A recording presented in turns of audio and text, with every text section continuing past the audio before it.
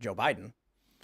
Well, no, that's a little different. I hear what you're saying. The reason why I say it's a little different is because the former conservatives are almost all corporatists, Yeah. and the Democratic Party is also corporatist. Yeah. So it's not like they're, I changing their actual ideology, right. right? Yep. They're pro-war. They're Yeah. pro-corporate. They're pro-establishment power. Pro-revolving door politics. And Pro so, pharma, pro big oil, pro right. everything that's donors, multinational corporations, etc. Right? So whereas like Tulsi is a liar, like she was, Really? yeah, of course she was. First of all, to be fair to her, in a deeply ironic way, she was always a secret right winger, but she was lying that she was a progressive. And so the first person to suss that out was Anna, and Anna did a bunch of stories about how Tulsi was a right winger back when she was pretending to be progressive and running for president in 2020. And people, What is that? Is that like the gay marriage stuff or something? that stuff. She's always hated Muslims. Like there's like, oh, she's like, I'm all for peace. Unless it's Muslims, then let's bomb them. Drone strikes and troops and go get the goddamn Muslim. They just all happen to be Muslim countries, and I just happen to be a Hindu nationalist. But just like it's just random. Didn't she Okay. go to Syria? She was trying to. Yeah, she went to Syria, But that met was with for peace, Bashar right? al-Assad. Nah, I don't know what she's doing, but she's not a progressive. So her going out there and pretending to be a progressive and doing right-wing propaganda gets under every skin I have. Okay, so but now that gig is up, right? Or that jig is up. Like her, Glenn Greenwald, a couple others. I don't want to start the drama, right? But You like, think even Glenn is oh yeah, a yeah, liar? yeah. So look, here's the thing. Again, to be fair to both Tulsi and Glenn, they had right wing tendencies throughout, and Glenn used to do it in a principled way. So I remember we had a debate on Young Turks between Glenn Greenwald and Larry Lessig, who's like a legendary campaign finance reform professor and leader and godfather of the movement. It was right after Citizens United, and because we've been around forever. And Lessig was saying that Citizens United was decided wrong, and Glenn was arguing that it was decided right. So Glenn was in favor of money in politics. Now he'll probably say some BS about, well, no, I'm not in favor of money in politics. I just think that politics should drown in it, and that it's like free speech. That it's awesome that all these companies bribe all of our politicians. But hey, free speech. So whatever that was, but back then, I mean, like that was out of actual principle, whatever principle he thinks he has. So there was like a little right wing tinge to him even back then. But now it's so over the top. Everything is, oh, Tucker Carlson is so right. I'm a liberal, and I think Tucker Carlson is the most right person in the world. Like Glenn, like we don't see it. Come on, brother. Let's define left and right. How would you describe Okay. it?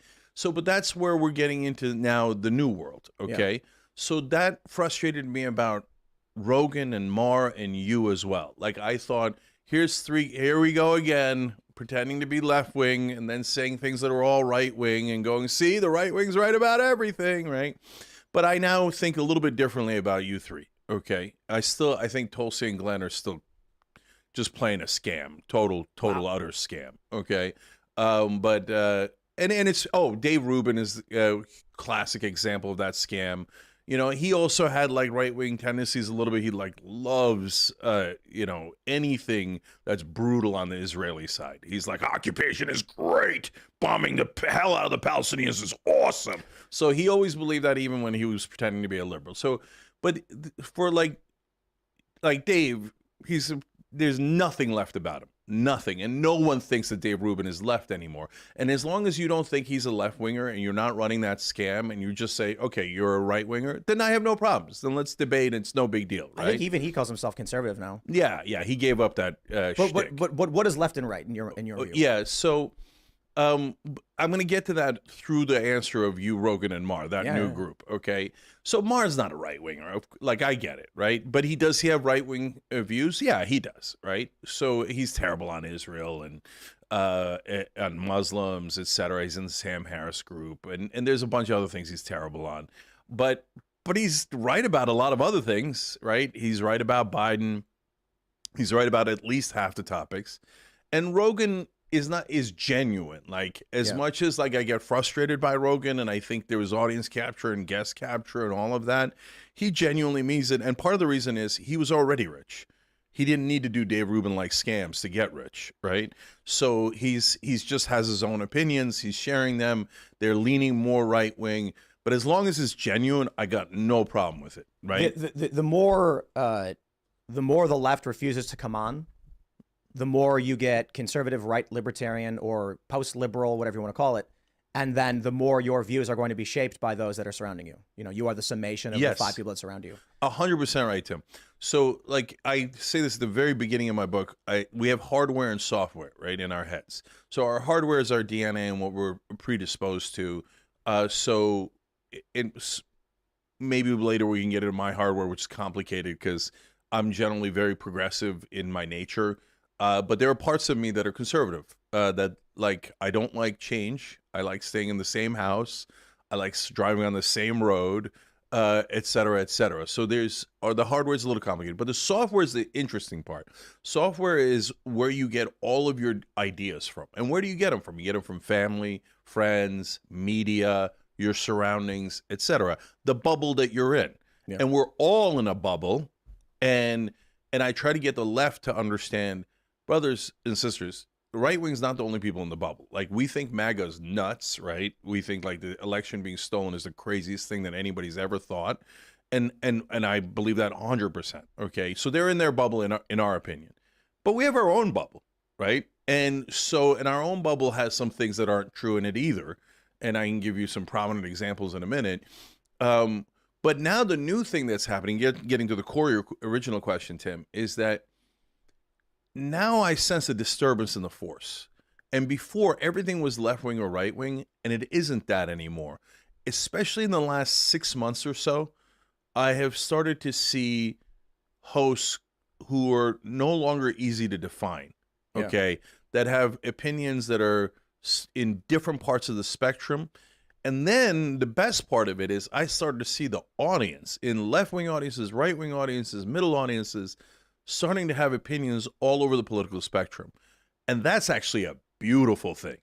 And the reason that that's great is because these preset ideologies, just believing in them is irrational. Like, so what? We're supposed to be either left-wing or right-wing, and that comes with like 80 different policy points on each side. And somehow magically, we're supposed to agree with all 80 on the right-wing side or all 80 on the left-wing side. And that's not how humanity works, right?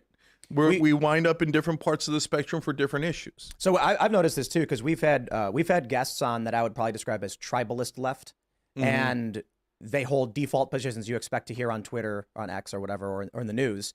And then we'll have people like Destiny on, and Destiny will give a well thought out, reasonable response addressing the points that were made and have a real conversation about where his positions are. The fascinating thing, I'm a big fan of Destiny. He's great. And he'll passionately say Trump sucks. Like, here's the problems with Trump. And then we'll have other conversations about culture war issues. And he's like, oh, yeah, that's totally true and correct, right? When he said he got in trouble on Twitch for this, Kyle Rittenhouse was the clearest cut case of self-defense he had ever seen. Yeah. And so, that's taboo in the tribal aspect of it. But, I see Destiny as someone, he's just a guy who sees things and forms a moral framework around news, facts, and information. We might disagree on some things, but that's totally fine. Yeah, I think Destiny is a great example of it, actually. And I was on his show too. And so then,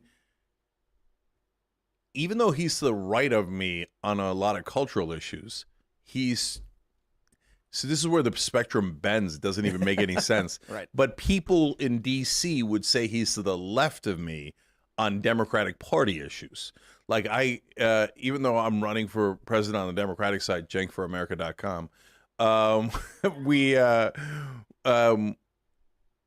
but I think Democratic leadership is awful, and Destiny is like such an interesting character and a bit of an avatar for the new paradigm, because he will not agree with the orthodoxy of some of the left, but then he loves Biden, and I think it's hilarious.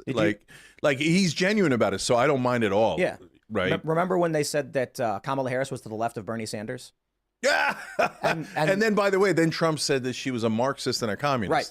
Well, let's make up our minds. What they were really saying was that she does not compromise with Republicans. So her voting record is almost more aligned with Democrat Party politics, whereas Bernie Sanders was willing to compromise with anybody to get a bill through, which shows, in my opinion, more reasonable behavior.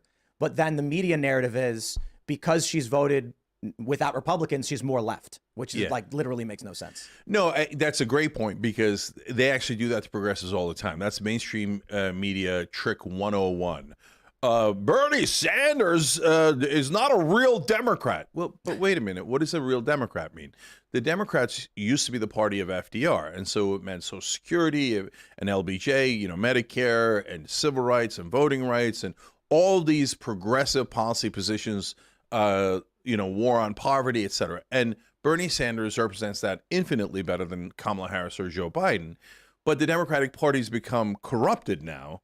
And so they vote for things that are not left-wing at all, that are just corporatist. And then the media comes in, which is corporate media, and they go, the corporate positions are the Democratic positions. These FDR positions are terrible right-wing positions. You're like, no, you're making up things that are weird and ridiculous, and that's partly why mainstream media lost all credibility. Claiming that Kamala Harris is further left than Bernie Sanders, you'd have to be in an institution to believe that. But that is how but they're tricky. They're liars. So they don't say Kamala Harris is more left-wing than Bernie Sanders. They say Bernie Sanders is not a Democrat. Yeah, and it cues the Democratic voters to think he's a Republican because he's not a Democrat, when in reality he's further left than the Democrats. The media knows that trick, but they go, technically, I didn't say he wasn't left-wing. I said he wasn't a Democrat. Technically, he's not. Well, I think Trump and Bernie caused this fracture in 2015 into 16. Bernie was too far left, and they could not let him gain popularity in the party. They could not let him win the nomination. It was a meteoric rise. Donald Trump was called by Vox.com a moderate Republican, and he was actually taking more moderate, even right-leaning Democrat positions to try and generate mass appeal, resulting in the Democrats having to oppose whatever it is Trump was suggesting, and then creating this weird amalgam of neocons and neoliberals taking corporate establishment positions, which was then the left. Yeah. So, like, you got to... We try to have that... I have this debate very often with people on the right when they say leftists hate guns. And I'm like, no, the left, they like guns. Liberals want gun control. There's a distinction there. Mm-hmm. But the media will only give you one narrative, and they try to lump everyone into the same categories. Yeah. So the phenomenon you described about Trump and opposing Trump is, I think, 95% right. And it really saddens me, sickens me that the Democratic Party has been taken over by neoliberals and neocons. And I mean, just look at MSNBC. It's wall-to-wall former Republicans. And intelligence officials. And generals and former Republican congressmen. I mean, Nicole Wallace is celebrated. Like in D.C., she's the belle of the ball. Nicole Wallace, Trump resistor extraordinaire. Her job was very literally to be the mouthpiece for George W. Bush and Dick Cheney as they were starting the most disastrous wars in U.S. history. How does George W. Bush, how has he recovered his favorability among Democrat voters? You've seen the polls, right? Yeah. And that's what drives me crazy. So Liz Cheney opposes Trump. I think it's courageous, and I appreciate her for it. But I disagree with everything else that she says and does. You don't have to lose your mind and be like, Liz Cheney's now a good guy, and I love Liz Cheney. No. If you give her an opportunity, she'd start the next war in about half a second. And then then Nancy Pelosi hugging Dick Cheney. No, Dick Cheney is prime evil. So you don't hug Darth Vader because he's against some other Sith Lord. Well, let's talk about you running for president. Yeah. Can you be president? The argument being that you were not born in the United States. Your parents were not American citizens when you were born? No, they weren't, actually. I saw you said that. I appreciate that you were looking for... you were almost looking out for me, but they weren't. No, I just want to know. A lot of people on Twitter were saying that the first thing that happened was we talked about your campaign. The first thing I said was, if it was between like Mitt Romney and Joe Biden, I'm voting for you. Yeah. And... damn right. JankForAmerica.com. But it's because... I even donated to Nancy Pelosi's progressive primary rival because I think, she's prime evil. I would rather have an idealistic young person who's wrong than evil corporate Nancy Pelosi enriching herself through government and squeezing the vestiges of power until she dies. It's horrifying. But when this came up, Phil Labonte immediately was like, Jenk's not a naturalized citizen. He can't be president. And I was like, oh, okay. Well, then what are we talking about? Explain, good sir. Yeah. So first of all, I'm mainly in the race to make sure that Biden drops out. So I want to talk about that a lot. We like that. Yeah, he's at 37%. You shouldn't like that. You should be opposed to me because the Republicans and the right wing should want Biden in this race. He's the weakest possible candidate for the Democrats.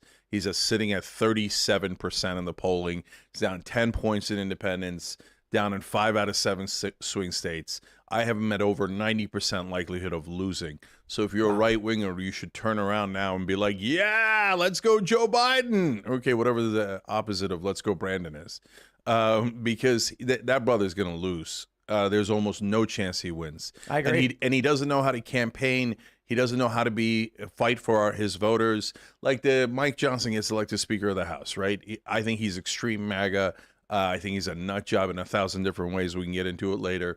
And then when the press secretary is asked about it by Peter Alexander at NBC, they get into Biden mode where they're like, well, that was in the past and we're looking forward to the future and we're looking forward to working with him. Why are you defending Mike Johnson, who's the leader of the other party? You're supposed to fight for us. You're not supposed to go around being like, and Biden says it in nearly every speech. Oh, my Republican friends, I love Republicans so much. I work so well with Mitch McConnell and Kevin McCarthy. We've been ripping off the American people on behalf of corporate donors for decades. Wait, did I say that last part out loud? No. Okay, he didn't say the last part out loud. But even if you don't think that, even if you're the most hardcore Biden dude in the world, which congratulations, there's 3 of you. Okay, there's like no enthusiasm. I can get into that too. It's not going to change the fact that the country's not into him. Like, what do you think about what Matt Gaetz did with McCarthy? So that's another one that's long and complicated because I thought that there were good parts of that, and then of course disastrous parts of it. Right? I love it. Yeah, but let me answer your question about the native-born issue. Yeah. Okay, so I'm not a native-born citizen. I'm a naturalized citizen. Okay, and so everybody then goes, "Well, duh, can't you read, man? It's in the Constitution. It says right there you have to be native-born." Yeah, that's in the original Constitution, and right next to it is the clause that says that black people are 3/5 of a person. Well, can't you read, man? It's in the Constitution. It's right there, man. Yeah, but there's a thing called amendments that amend the Constitution. So that part got amended out, the 3/5 part, obviously. Tons of the Constitution got amended out. And the natural born citizen thing was amended out by the 14th Amendment. So the 14th Amendment says very, very clearly, anyone who is born or naturalized has due process and equal protection of the laws. So the Supreme Court has ruled that due process and equal protection means you have the same exact rights, and they didn't put naturalized in there by accident. They put it in on purpose. That very clearly amends the earlier part of the Constitution where naturalized citizens did not have equal rights. Now we do have equal rights. I mean, that's, again, the whole point of the 14th Amendment was to take out the discrimination in the earlier part of the Constitution. And they didn't say like, oh, born and naturalized have equal protection of the laws, asterisks, except for those goddamn naturalized citizens, they're not allowed to be president. If they wanted to say that, they could have said that, but there is no asterisks. They didn't say that. They said, no, naturalized citizens have all the same rights. Some people brought up that there was already a recent Supreme Court ruling which basically ruled the other direction. Yeah. Like, no, this is not how it's going to work. So there's mixed rulings, no question. So there's, in Schneider v. Russ, they say that naturalized citizens and natural-born Americans have the same exact rights. It would be, wildly unconstitutional to treat naturalized citizens as, quote-unquote, second-class citizens, okay?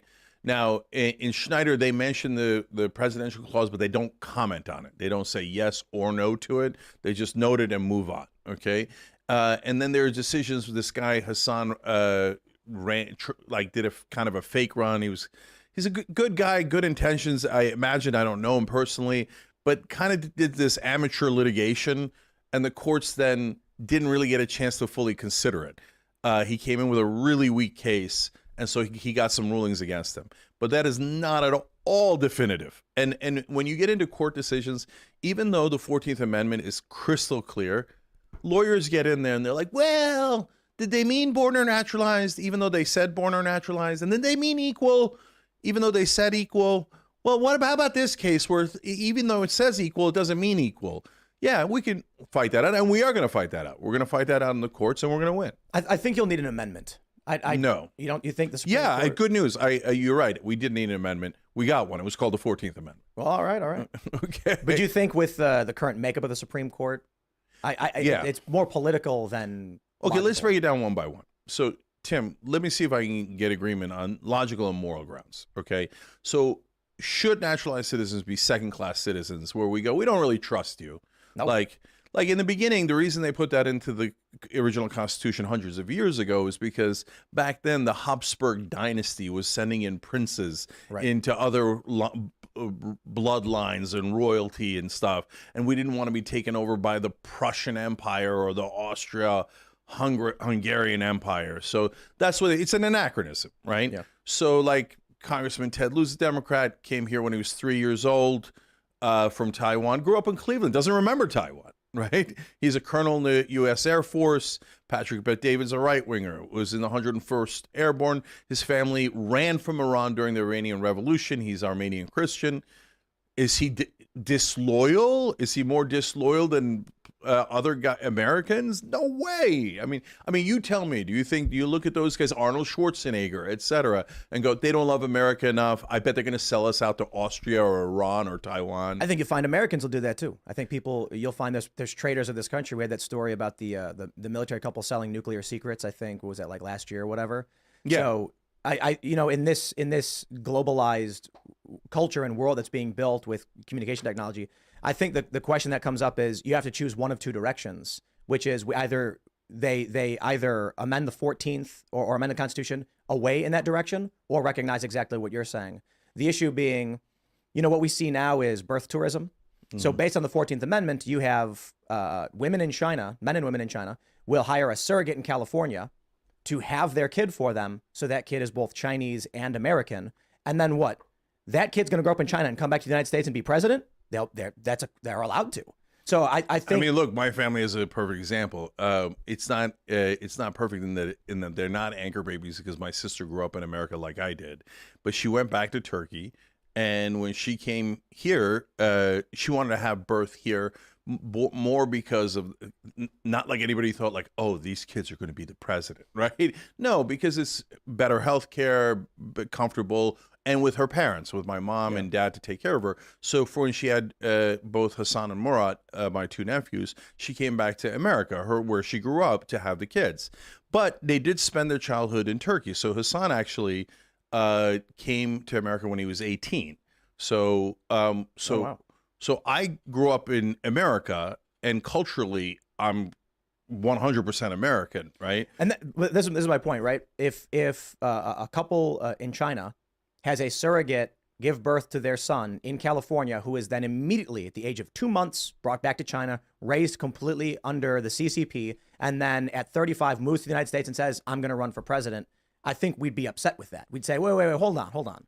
And for someone like Patrick Bet-David or you, I know people are going to say politics, they might not like yours, they probably like Patrick Bet-David, but you would much rather have, in my opinion, either of you who grew up in America, American culture, and we disagree politically, it's better than someone growing up in China and having a technicality allow them to be our president. Yeah, 100%. So it's absurd to say that we are less American than the person who went and grew up in a different country. And you're not wrong. Folks come over from China, Taiwan, and have kids in LA. That's a common phenomenon. People know that. And they do that for tourism.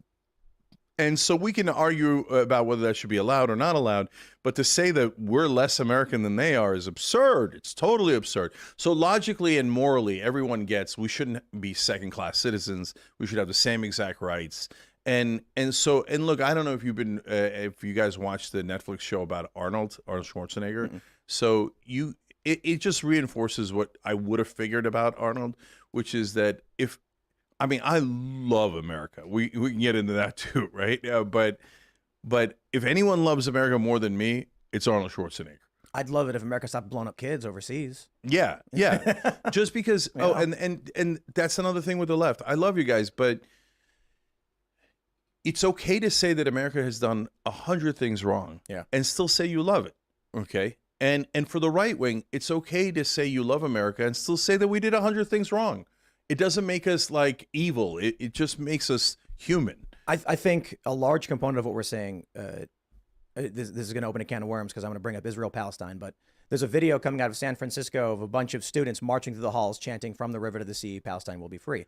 And a question is brought up is, why are these kids saying this? Why is this in their mind? My reaction is not immediately like, oh, it's the left is doing this and the right is doing this. My question is, why aren't they chanting about Burma and Myanmar? When a conflict that started in 1948, 12,000 dead this year alone, has been ongoing. And you know, I made the comment about why does everyone care so much about this? The question I have for these young people is, why do they care about Palestine but not Myanmar? And it really is the information that they're consuming, where the information is coming from. And I think, as you mentioned, the media sows division.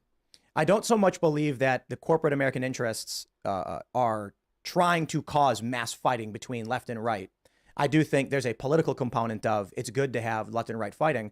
I believe more so foreign interests are hell-bent on making sure we keep fighting, especially as you've got war in Ukraine, you've got now war in the Middle East. There is a vested interest in watching the United States rip itself to shreds, which results in young people, whether you agree or disagree on their position on Palestine, being polarized in that direction. Yeah.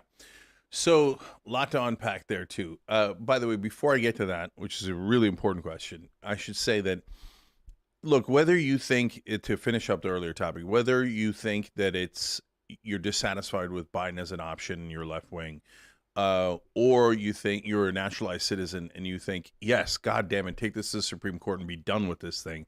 Let's get a decision once and for all. Chip in $1 at jankforamerica.com is just like a protest, like, no, obviously it shouldn't be Biden. And yeah, obviously naturalized citizens should have 100% the same rights. And you know, right-wing personalities are rooting for you too. You said they should want Biden in the race. That's true. But a lot of people have said any dollar going to Cenk is a dollar not going to Biden. Is a dollar not going to the DNC. Look, I even got the URL, BidenIsGoingToLose.com. Okay, BidenIsGoingToLose.com, because he is. And so for me, I'm lunging at the wheel, right? Yeah. Because this wheel of the beast. At the wheel of the Titanic. Yeah. Because everybody's going around rearranging the chairs on the deck. I'm like, guys, the chairs aren't going to help the iceberg. The polling shows it's a goddamn iceberg and we're going to hit it. And I'm not going to join that party. Let's go back to Palestine. Well, no, let's just do this.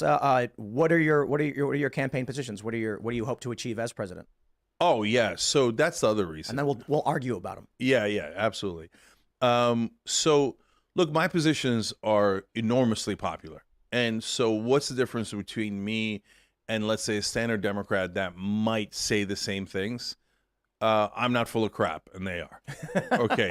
So, and I'll back that up. So I'll back up both propositions, that my positions are intensely popular, and a lot of the other Democrats are unfortunately full of crap.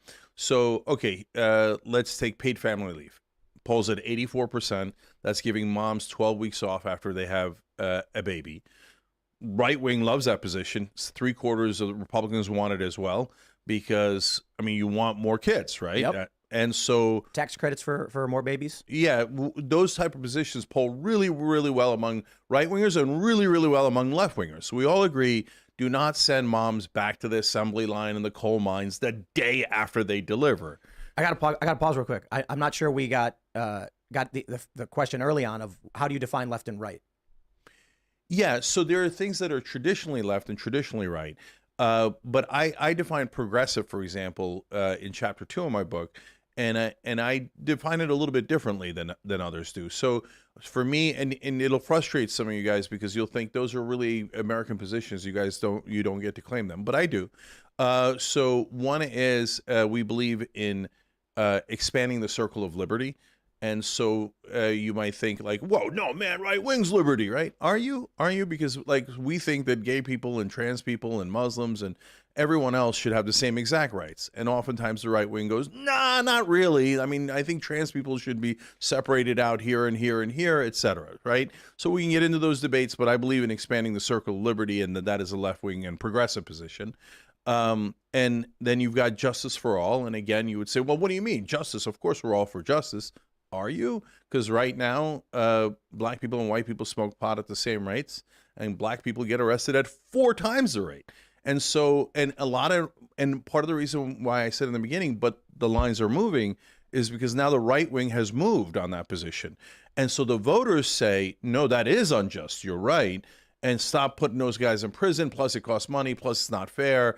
Plus, it leads to more racial issues, et cetera, right? But the Republican politicians are like, oh, no way. Black people should be arrested at 4 times the rate of white people. We're not changing a goddamn thing. They're not literally saying that. Okay. But I see your point. Yes. I see your point. But they are through their legislation. You're right. They're not saying that quote. Well, so the idea here, and the last one is equality of opportunity. And so some on the left might say, no, equality of results, but I don't agree with that at all. It's equality of opportunity. And then again, with equality of opportunity, you say, well, the right wing's in favor of that too. And maybe with the voters, but not the politicians, because, so for example, college for all is equality of opportunity. So everybody's got a shot at college. And my dad, they did this in Turkey in the 1960s, okay? And we're the richest nation on earth right now. And if Turkey could afford it in the 60s, America can afford it now.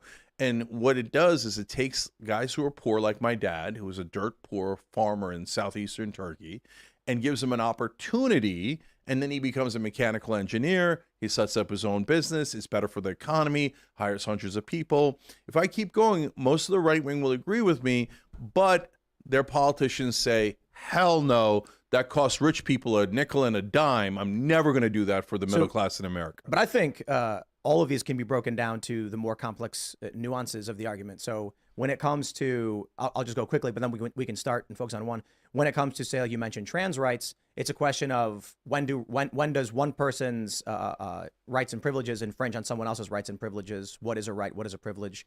I would say that about guns, but yes. And right, that's a complicated one. And then when it comes to college, my first thought is I don't think college for all is the answer. I think school reform first. If we can get better education at the lower grades and through high school, we may find something totally different happens with college. If you look at the greatest generation into the boomers, they didn't need college. Something changed. And I think what we're seeing now with college is these kids are being sent to daycares where, you know, when my college years, I didn't go. All of my friends were just partying all the time and learned nothing. They get out of college 22 with no careers, no plans, no experience, and massive debt. And I've already been working I was working for O'Hare at the airport for 2 years. I ended up working at a nonprofit, eventually became a director really, really quickly. So I'm 23 with a salaried position as a director of a nonprofit. My friends are working at Starbucks. College did not actually help them. So my view is college can be good, but we got to reform the system first.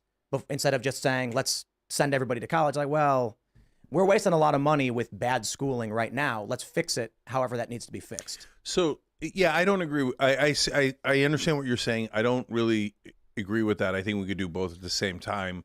But as long as we're having a conversation about how to actually fix it and we're putting our heads together, I'm down. Right. I just think the earlier years of someone's life are the most important. And if we can get one of the initiatives my buddies were talking about 10 years ago was converting libraries into hacker spaces, effectively workshops where the kids want to be there because they're making little hot air balloons or they're. But you know what would happen next, Tim? What would happen? They would immediately look at porn, and then and then the librarian nowadays it'd be in Tennessee, and then the librarian would get arrested for 20 years because she let the kids accidentally see gay porn. Like straight porn, she'd be like, go for it all day long, all day long. Oh, somebody's gay! Arrest the librarian! That's what would happen. Well, just don't let kids get access to this stuff at all. And yeah, first of all, that makes the whole book banning and all that stuff and all the stuff that DeSantis passed totally absurd. They're like, okay, we're going to keep these out of those kids' schools, and then that way they won't have it in the libraries or the classrooms, and they will not have any access to it. Dude, it's called the internet. Okay, they can get access to any kind of sex, any kind of materials, any kind of literature. They could get. They're going to find out that gay people exist online. I'm afraid of saying it because then Republican politicians are going to want to ban the internet. But my actual position is, I don't understand how we got to the point where a child can't go into an adult bookstore, but a child is allowed to go on porn websites.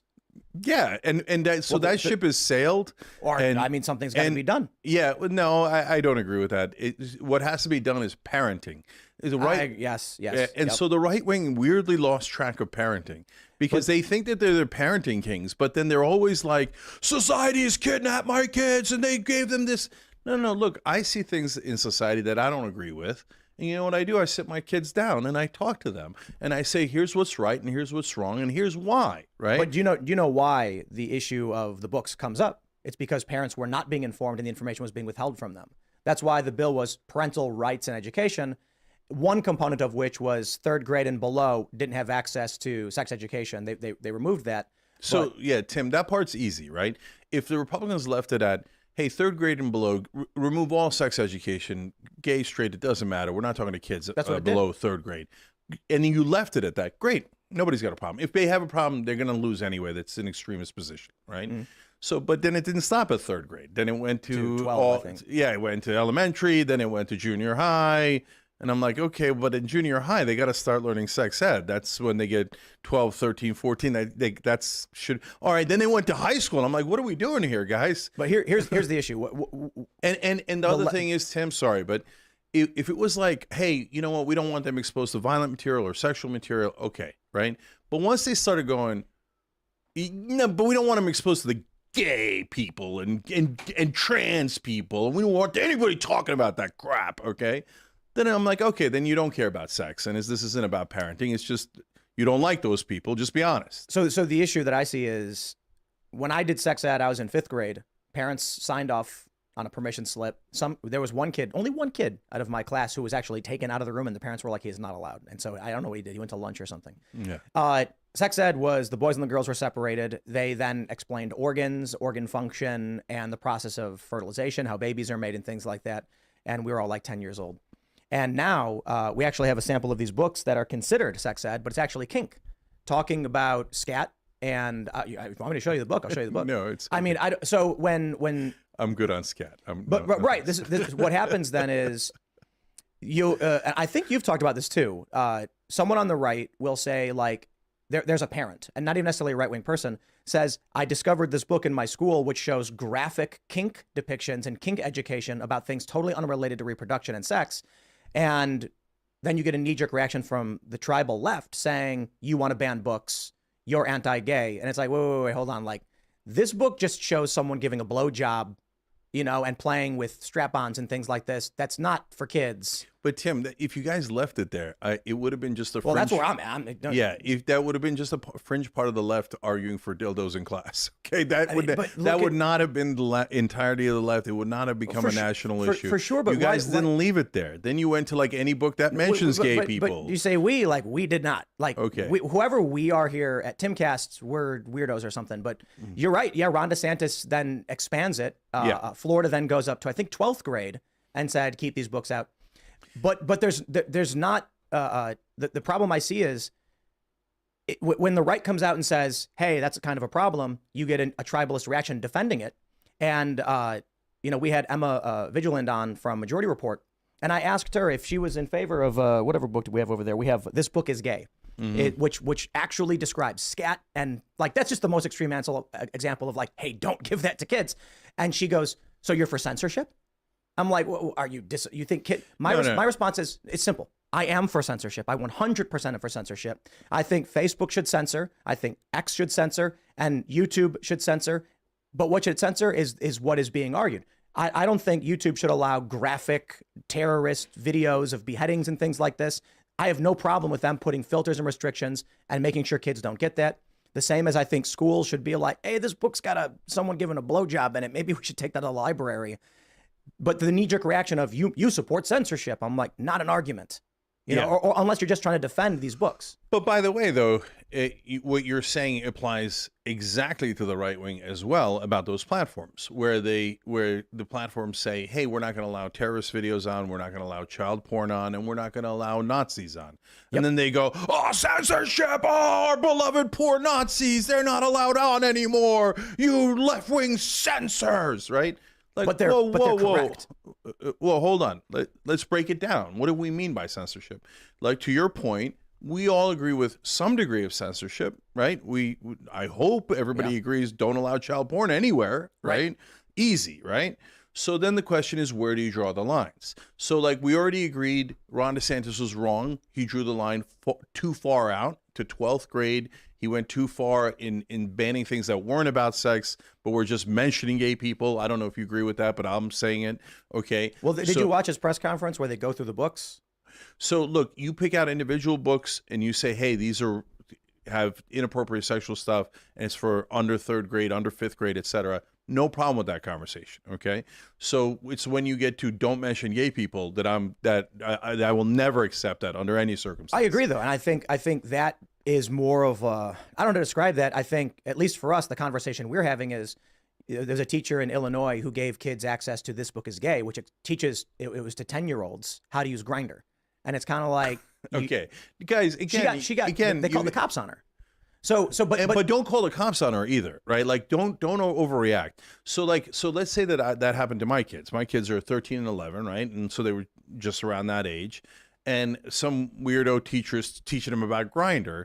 Okay, the reaction I would have is, first I'd sit the kids down and go, hey, ignore that. That's for when you grow up and you make your own decisions. That's not the thing that you should be concerned about now. I'd have a good talk with them about the context. Then I would go to the school and say, guys, what are we doing? Right? You can't teach Grindr. What are you doing? Right? Did you see what happened when parents did that? Well, but the problem, Tim, is no, I didn't. But the FBI called them terrorists. No, but so you guys get so carried away with the FBI calling people terrorists because you think that they're doing it in such an expansive way, but they're not. It's like this hysteria. FBI is mainly targeting domestic terrorists that are actually right-wing terrorists. And so like, then again, people catch feelings because they're like, right-wing can't be terrorists. No, definitely can be terrorists. The dude sent pipe bombs to anyone who opposed Donald Trump. That guy's a terrorist. Agreed. Okay. And he happens to be a right-wing terrorist. And the FBI is saying at this point, the FBI, which is historically massively right-wing, the idea that the FBI is some sort of left-wing deep state is hilarious, not backed up by a single fact.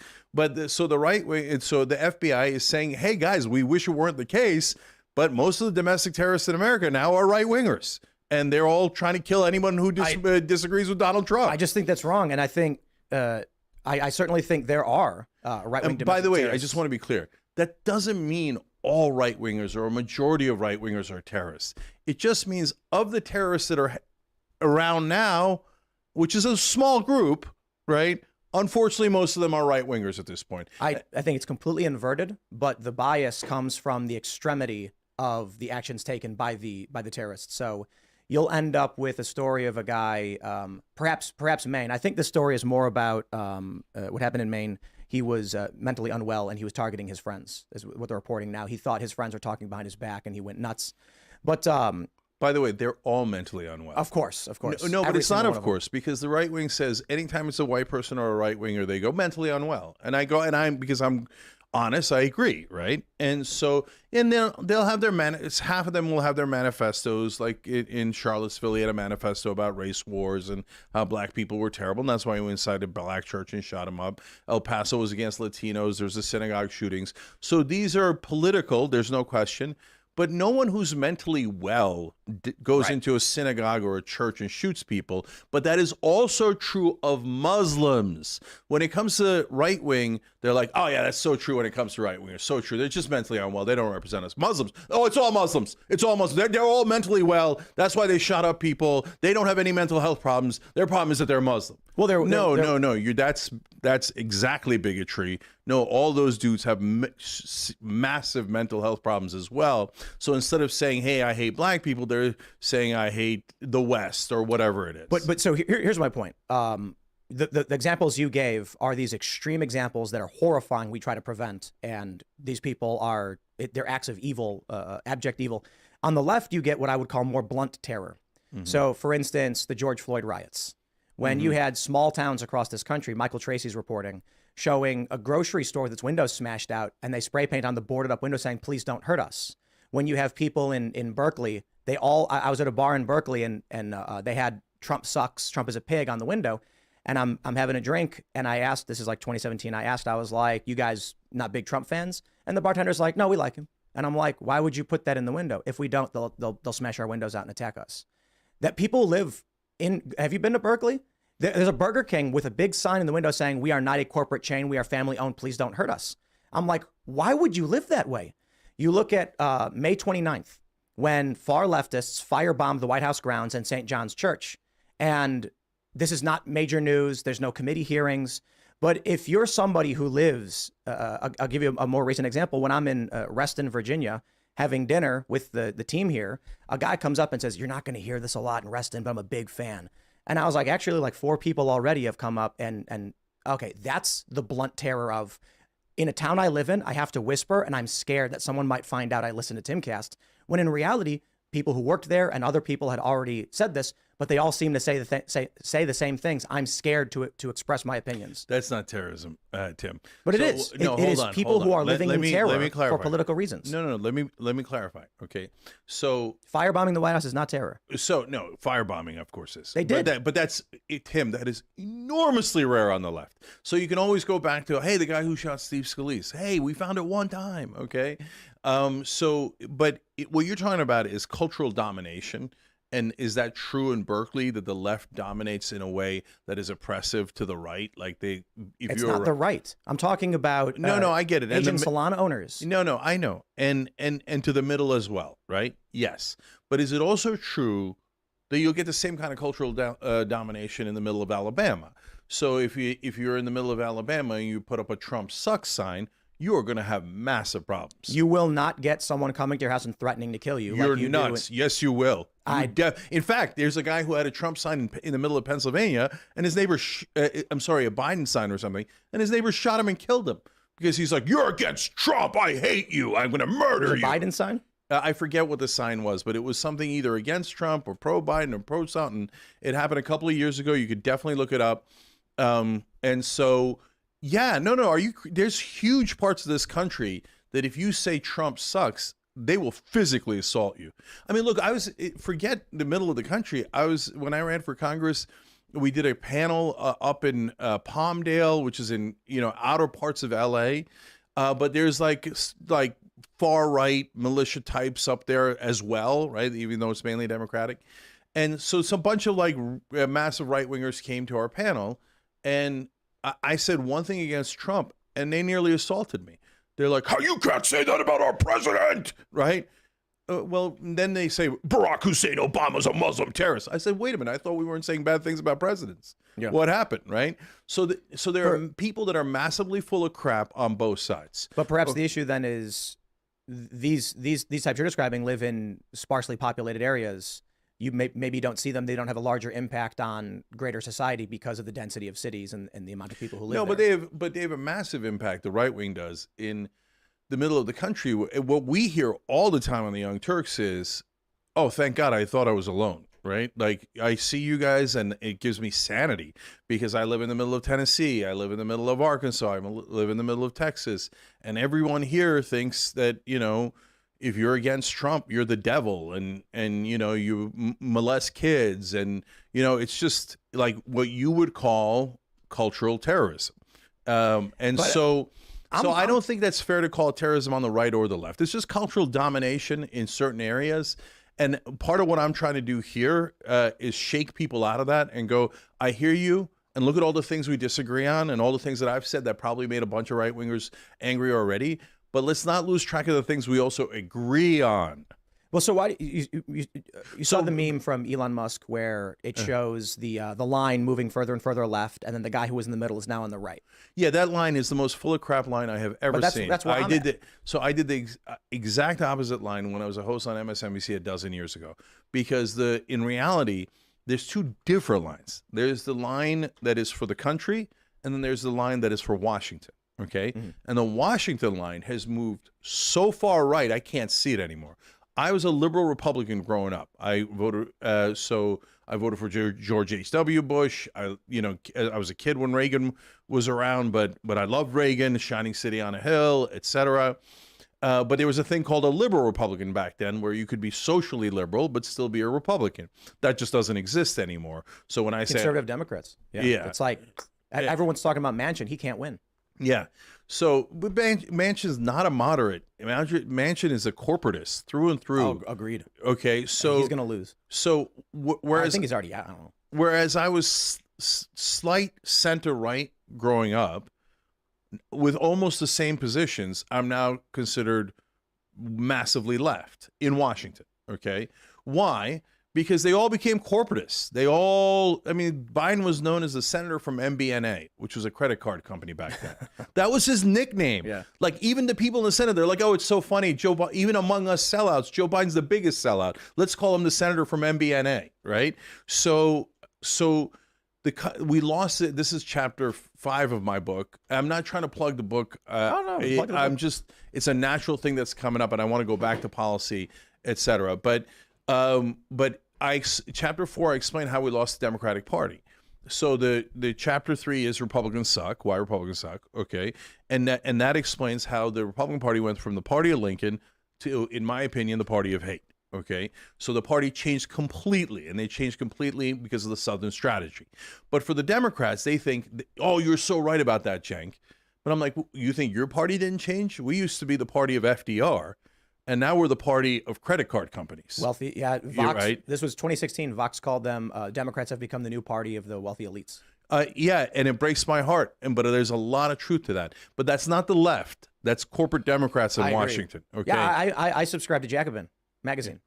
Jacobin has been very strong on defending free speech, and so when I started seeing the articles they were posting, and of course I know a ton of people who have been consistently very left economically, and I started seeing the articles and I started reading Jacobin articles. I'm like, this is the kind of left that I want to have an argument with, one that understands the importance of free speech, and I can respect that. And I also think it's important to hear what they have to say when they're making their arguments. Yeah, I totally agree, and I'm a massive. I'm very much in favor of freedom of speech. So then we talked about censorship earlier.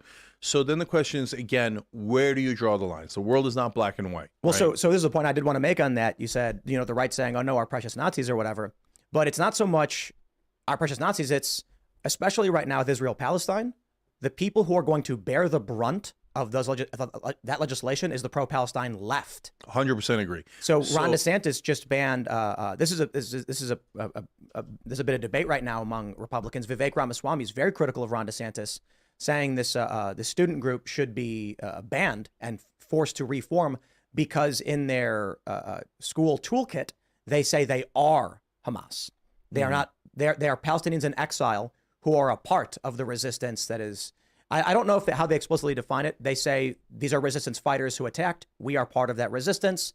And so Ron's argument is that means they are declaring support for a terrorist organization. Therefore, we have to disband this group. Vivek says, oh, it's a bunch of kids in a college saying stupid things. Let them say stupid things. I agree with that. But this is what happens when you go after free speech. Yeah. So then let's talk about where the line should be, because everybody could look up these videos. Young Turks have been around 21 years. We're the longest internet show in history. As far as a daily show, we've been around longer than literally any other show in internet history. When you guys started, there were no social media platforms. You were using weird web players and stuff like old school. Yeah, we use web players on our own website. We try to get out the word through Yahoo Messenger, through AOL. We were AOL bloggers. We put up videos on MySpace. So we are as old school gets. And so having been around so long, you have all these videos that show indisputably your consistency, right?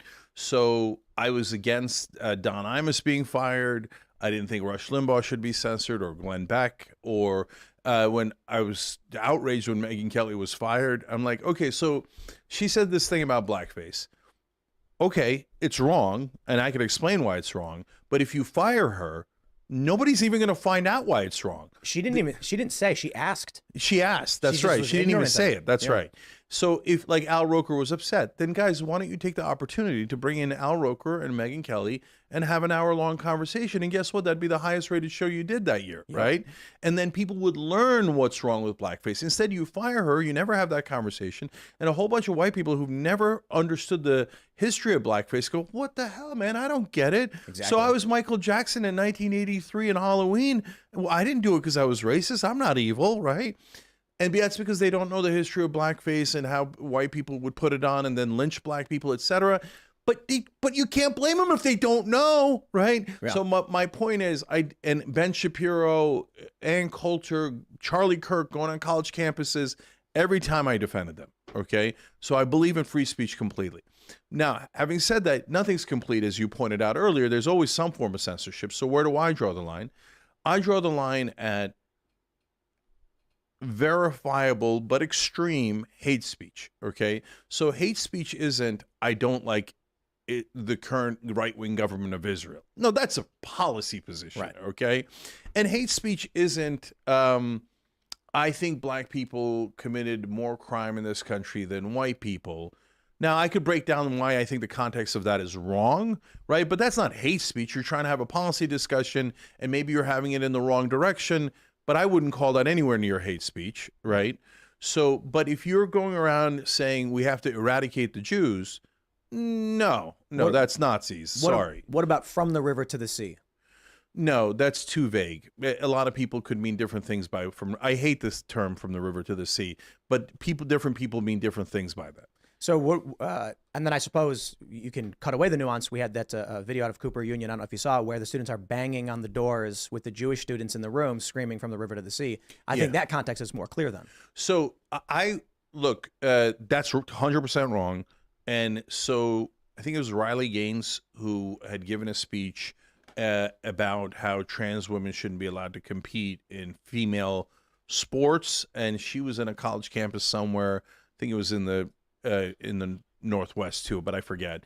And she was scared. They surrounded the room. And they surrounded the room, and the cops were scared and didn't want to take her out of the room. Is that terrorism? So no, it's too far to call it terrorism. But is it a crime? Maybe. Like, now we're going too far, guys. And so for me, and so it gets nuanced, and this is difficult because people like to take those things and then go to extremes. So one extreme is then the Ron DeSantis extreme, where, okay, that's it.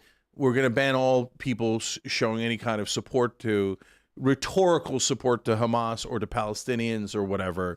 And the mainstream media shuts out both right-wing and left-wing opinions by going, these are not acceptable thought.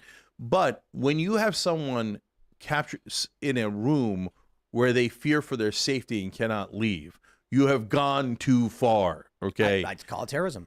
No, it's too much to call it terrorism because, look, then you take away the power of the word, okay? So nobody got killed. Nobody even got assaulted. But at the same time, I'm not excusing it. I'm saying it might even be a crime. But when you call it terrorism, it lessens the actual terrorism that Hamas does or right-wingers here in America do. I think this is just more of a semantic argument then, and we're it's a defining the word semantic differently. My understanding of terrorism is the use of fear, like threatening violence or harm in order to pursue a political goal. Okay, I'm so glad you said this. So then let me ask you this. This morning, McKay Coppins revealed another part of the book about Mitt Romney, where Mitt Romney said that most of the Republicans that did not vote to impeach or convict Donald Trump, especially after January 6th, were because they were physically worried about their safety. They thought that right-wing supporters of Donald Trump might kill them or their family members. Not terrorism. Oh, come on, Tim. You just said it was terrorism. No, I didn't. You want me to explain? I'll explain. Okay, go ahead. I can't wait for this one. If a bunch of Trump supporters went to their offices throwing bricks or wielding bricks and Molotovs, terrorism. Yeah. If a guy says January 6th? Absolutely. Where it's chanted, hang Mike Pence, Mike Pence. We're referring. So that's January 6th, definitely terrorism. Specific people. According to your standards, by the way. I'm not absolutely. Specific people on January 6th. But that's a whole very nuanced conversation. And the issue with January... Whenever it comes to the right wing, we get more nuance. But okay, go ahead. Well, we're being nuanced with the left. I'm not saying that leftists who are privately saying, they want to eat the rich or whatever are committing acts of terrorism. If someone on the left says, I'm scared of people on the right doing something at some point, it's vague and nebulous. I'm scared of people coming here, not for political reasons. But it's not vague and nebulous, Tim. First, January 6th already happened. I'm talking about what Mitt Romney said. And so that's in the minds of the Republicans, and he's just relaying what his colleagues told him. Okay. But I don't want. And then secondly, people confronted like Lindsey Graham at the airport, and he got really shook by that. But that's not terrorism. If a crowd of people surrounds a room, banging on the door, screaming something related to killing you, that is blunt, low-level terrorism. So wait. Okay, now your nuance is getting tricky because you're saying when right-wingers yell at people and surround them, that's not terrorism. But when the left wing does it, because they didn't say they were going to kill them in the left-wing scenarios, they surrounded the room and yelled at them, and that is terrorism? That doesn't make sense. Well, so you're talking about people confronting a guy in an airport? So, to me, confronting people is perfectly fine. Agreed. Okay. Surrounding a room and barring someone into it while screaming things is not. It's not because there's a line somewhere. Yeah, and the reason why I say it might be a crime is because then they don't have freedom of movement. So false arrest is almost certainly the wrong crime, but something where you're limiting distinction. What I'm saying. Yeah, you're limiting somebody's freedom. But Tim, if you think that the right-wing guys are not physically threatening these congressmen and others, you're crazy. I'm saying right? a guy. No, they very much physically threaten them. I'm not talking. I'm talking about if there's a guy in Congress surrounded by all of his guards, there's no active threats or anything, and he goes, "I better not vote this way because someone's going to get mad." Well, that's not terrorism. I totally agree. That's not terrorism. Right, but if people are screaming, they're screaming things at you, making demands of you, and there are acts of violence, people fighting cops and bashing cops, yes, it is. Yeah. So if right wingers. My sense of it is we talked about the bubbles earlier, right? That right-wingers are in their bubble and never see the right wing attacking them. Why would they? Because they're right-wingers. So you don't get to experience what we experienced. And for a brief moment there, around January 6th, even the Republican congressman got to experience what the left-wing experiences. Well, so what the left-wing experiences is right-wingers threatening to kill us 24/7. Now, that's not all right-wingers. We're fair, we're reasonable. It's not the majority of right-wingers. But is there a crazed percentage of right-wingers in this country constantly threatening to murder the left-wingers, Democrats, and now Republican congressmen? Yes. Completely agree. Yeah. And so every left-winger, we see it too, though. Every left-winger in media, but only a couple of the Congress people, which is amazing, because when it happens to them, they flip out. And I'm like, oh, wow. Apparently that doesn't happen to them every day. But for people in left-wing media, our death threats from the right wing are nonstop. When I was at Occupy Wall Street in support of the activists, to the degree of getting the information out, rejecting the arbitrary police restrictions, do you know who physically attacked me? It wasn't right-wingers. It was the far left. It was we called them black anarchists at the time. People call them Antifa now. I mean, it's like a vague term for groups of left-wing ideologues who dress up and attack people. I know that if I go to if we have people on the show who rag on Trump, the responses we get are, "You are wrong." If we go to places and we challenge the left, we get threats of violence and death. No, not death. But we do. We were swatted. I'm against it. I was swatted 15 times last year. We had. Oh, you were? We were swatted 15 times. Yeah, I saw that you were swatted at least once, and I said on air, I bomb hate threats. that. I despise that. Spies, infiltrators. I mean, the degree of threats that we got were insane. Yeah. So look, there is a strand of that on the extreme left. And it's always been around in the extreme left, but it got so muted. It's now back to rising up. It's bubbling up, and I'm worried about it. Whether it's tankies or whoever they are. I don't really like the Antifa thing. You guys hyped up so much, and then they never arrived. What do you mean? They did. There was barely any Antifa. Meanwhile, there's like right-wing militias everywhere. Well, and there's like 2 Antifa dudes in Portland, but there are extreme left, and they are getting more extreme. How many people now? How many people died in the occupation in Seattle? I don't know. I think 3. I wouldn't doubt that. It's particularly disconcerting when far leftists with rifles take over several city blocks. Yeah, that was a disaster. And they unloaded 300 rounds into an SUV with 2 teenagers in it.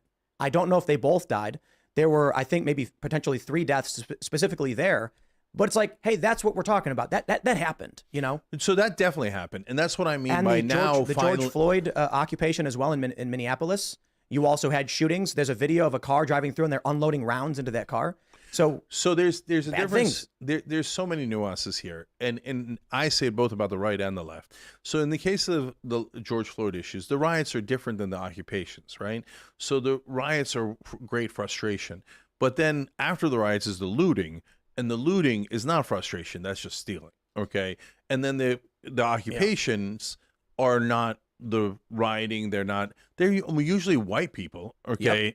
And White liberals. White liberals who are like zany extremists. And so if you're on the left and you think we're talking about you, no, we're not talking about you. We're talking about the guys who say that there should be no laws within this city block or within these X city blocks. And whenever you have no laws, you know what happens? Chaos. The most brutal people take over. Yeah, every time. And by the way, why do you think Hamas took over took over Gaza?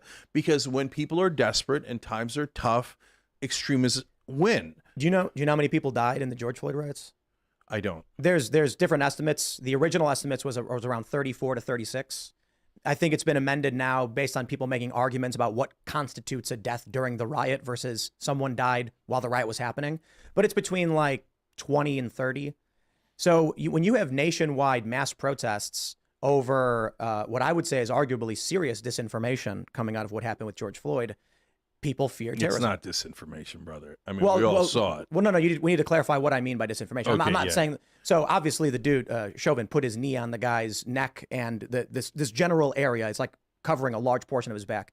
But the disinformation comes around the circumstances that resulted in that, the moral questions of what should be done, how it should be done, and the fact that what did happen doesn't warrant 30 plus more deaths and mass rioting across the country, which destroys more lives and burns down innocent people's buildings and homes. So, look, first of all, Chauvin killed George Floyd. He did it in a brutal way. There's no ands, ifs, or buts about that at all. Have you read the coroner's report? Yeah. And what happens, Tim, is that sometimes people die because they can't breathe because you cut off the flow of oxygen. And sometimes they die and they say they can't breathe. It's because they have a heart condition or some other condition. And when you compress long enough, they literally have the feeling that they can't breathe, and then they die. I don't disagree. My point more so is, are you familiar with the circumstances before George Floyd's death? Like what led to him being apprehended in the first place? I think he had like a fake $20 bill for which he was apparently. Then you shouldn't murder people over. But he was $20. behind the wheel of a car chewing on a speedball, which is methamphetamine and fentanyl. Okay, but Tim, what effing difference does it make? The question is, should the police? And I'm not telling you what you should believe. I'm asking you genuinely. Should the police remove a driver from a vehicle who is behind the wheel, who is chewing on a speedball? Yeah, the police have to use force to some degree. I get it. So there's a homeless guy down the street from me in LA who carries around a spear. All right. so I'm not in the crazy leftist camp who's like, hey, that's his freedom. Okay. No, right. So the cops at some point have to take the spear away. Lady down the street has a machete. Okay. Did you? So, but that doesn't mean that I want the cops to come and kill the guy. Well, with the spear. Of course. But did you watch the full body camera footage from start to finish of how it all went down? I believe I did in that case. It's a moral dilemma, and I think it's not at all a moral dilemma. It's not. It absolutely is. So Tim, you could drag him out of the car.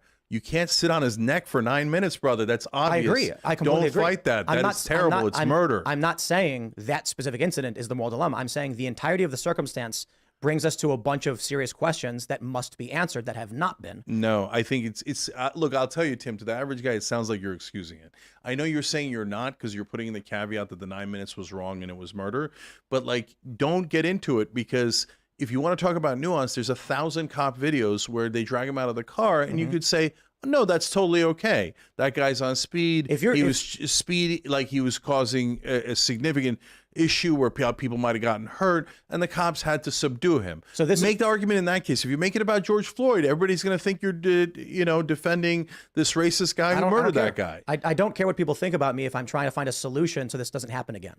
And so if the issue is guy uses counterfeit $20 bill, resulting in a police call.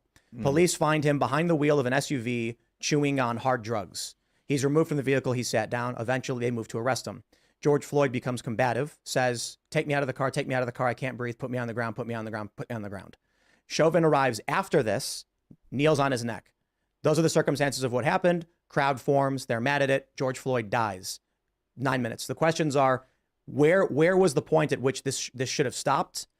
Should it have just... Why is that not super easy? The point it should have stopped is he should never put his knee on the guy's neck. They have training for it. And so then... Well, that's the training is wrong. Exactly. And then the answer becomes, we dissect this. We say, okay, here's the point of failure. And so when you... the problem is when you outright dismiss it and say you're racist, if you question it, you're siding with the racist guy. if people want to say that, that's fine. I don't care. It doesn't solve the problem. But Tim, you're purposely picking the worst case to talk about because it gets it. Like my honest opinion, sorry, but it's because you know that it's going to get more attention if you say it in the context of George Floyd. Let's talk about Ahmaud Arbery. Okay. I mean, these are the high-profile stories that Ahmaud Arbery, the guy who got shot jogging in the neighborhood, is. I think jogging is a representation of your misinformation or your ignorance of the issue. Tim, this is why people think you're a radical right winger. That's fine, but if you don't know, why would you make the argument? So what do you mean I don't know? I know the case. The guy, the two redneck racist sons of bitches who murdered him said that he was in the house that was being built, which, by the way, apparently tons of people had come by to see, hey, how's the construction going? Wrong. Right? So do they know that he was one of the how's the construction going? Well, they don't know anything because he didn't steal anything. But okay? you're wrong. So, but they see a black guy at a construction site, Jen, and they're like, let's chase that son of a bitch down and shoot him. I don't care what people think of me if I'm following the facts to try and figure out what happened and try and solve the problem, but you have already shown you don't know the case. Yeah, that's total horse crap. Go ahead, defend the racist guys who murdered him. Go ahead. How about I just describe what happened? Okay, yeah, go ahead. So a few weeks before the incident, a gun is stolen. But not by that guy. But hey, the racist thought it must be the black guy. How about the police then show a picture of him to various people in the neighborhood saying, this is our suspect of the burglaries that have been happening over the past several weeks? Except it wasn't, right? No, Ahmaud Arbery didn't do anything wrong. Ahmaud Arbery was the suspect. I never saw that, and that's my point. You didn't. Okay, so I don't believe you. B, I never saw it. C, there's. But you see the problem of no. You didn't follow the case. Okay, I'm not making a moralistic statement on what Tim, happened. so let's take your bullshit facts, so-called facts. Let's accept them as true, okay? So they show me a picture. Police come by my house. They show me a picture of a black guy, and they say this might be a suspect in a robbery. Yep. If I see him, I'm not going to chase him down with a gun because that means that there's a high chance that we're going to get into a conflict and someone's going to die. That's a lunatic thing to do. Why did the guy who filmed it go to jail? The second thing I'm not going to do is look at any black guy in the neighborhood and go, I bet that's him, man. Let's go grab our shotguns. But I don't disagree. Okay. Why did the guy who filmed it go to prison? I think that what they stated in that case was that he helped to chase the guy down. It wasn't the filming that was the issue. It was that he helped to corner the guy in his car as well, and that's why he was an accomplice. So he didn't coordinate with him anyway. He saw the McMichaels chase after him, and so he said, I got to film this. He then gave the footage out, which showed what happened and resulted in the criminal charges, but they locked him up too. But he was an accomplice, brother. So I read the stories about how he worked with those guys. He agreed with those guys. He's a neighbor. So if he was just a random neighbor that shot it out of his window, why would he go to prison? Of course he shouldn't go to prison. But that's the point. He didn't coordinate with him in any way. So yet now you're nitpicking the prosecution in that particular case about the guy who shot the video. But why are you going out of your way to defend the most racist murderers in America? Then you shouldn't wonder why people think you're an extreme right winger, Tim. I'm keeping it real with you. I don't know who these guys are. I don't know anything about You don't think that they're racist when they just chase down a black guy in the neighborhood and pull a shotgun on him? You see, he's not even armed, and then they murder him in cold blood, and you don't think that's racist? You see, what is your line for racism then? Okay, if there's a suspect in a crime, and the police say, this is who we think he is, then you believe this man may have actually stolen the gun out of my truck. He may be armed. The police told the McMichaels not to pursue. They should not have. 8 logical jumps there. Like what? Like what? There was a guy who was in the neighborhood. The cops show me a black guy's picture.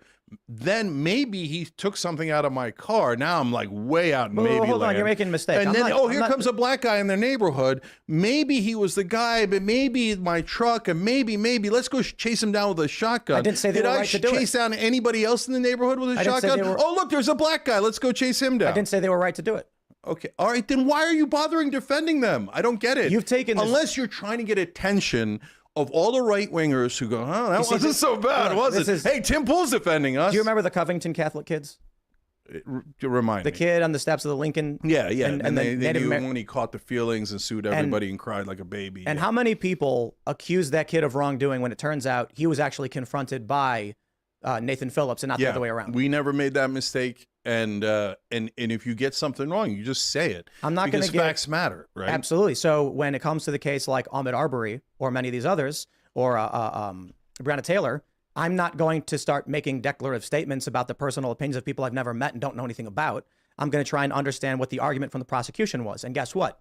The prosecution did not dispute that Ahmaud Arbery was a suspect in the felony burglaries. The prosecution argued that I don't care. Well, that's the point. No, I care Tim, about and I'll justice. tell you why I don't care. So it's not just like I'm being flippant, right?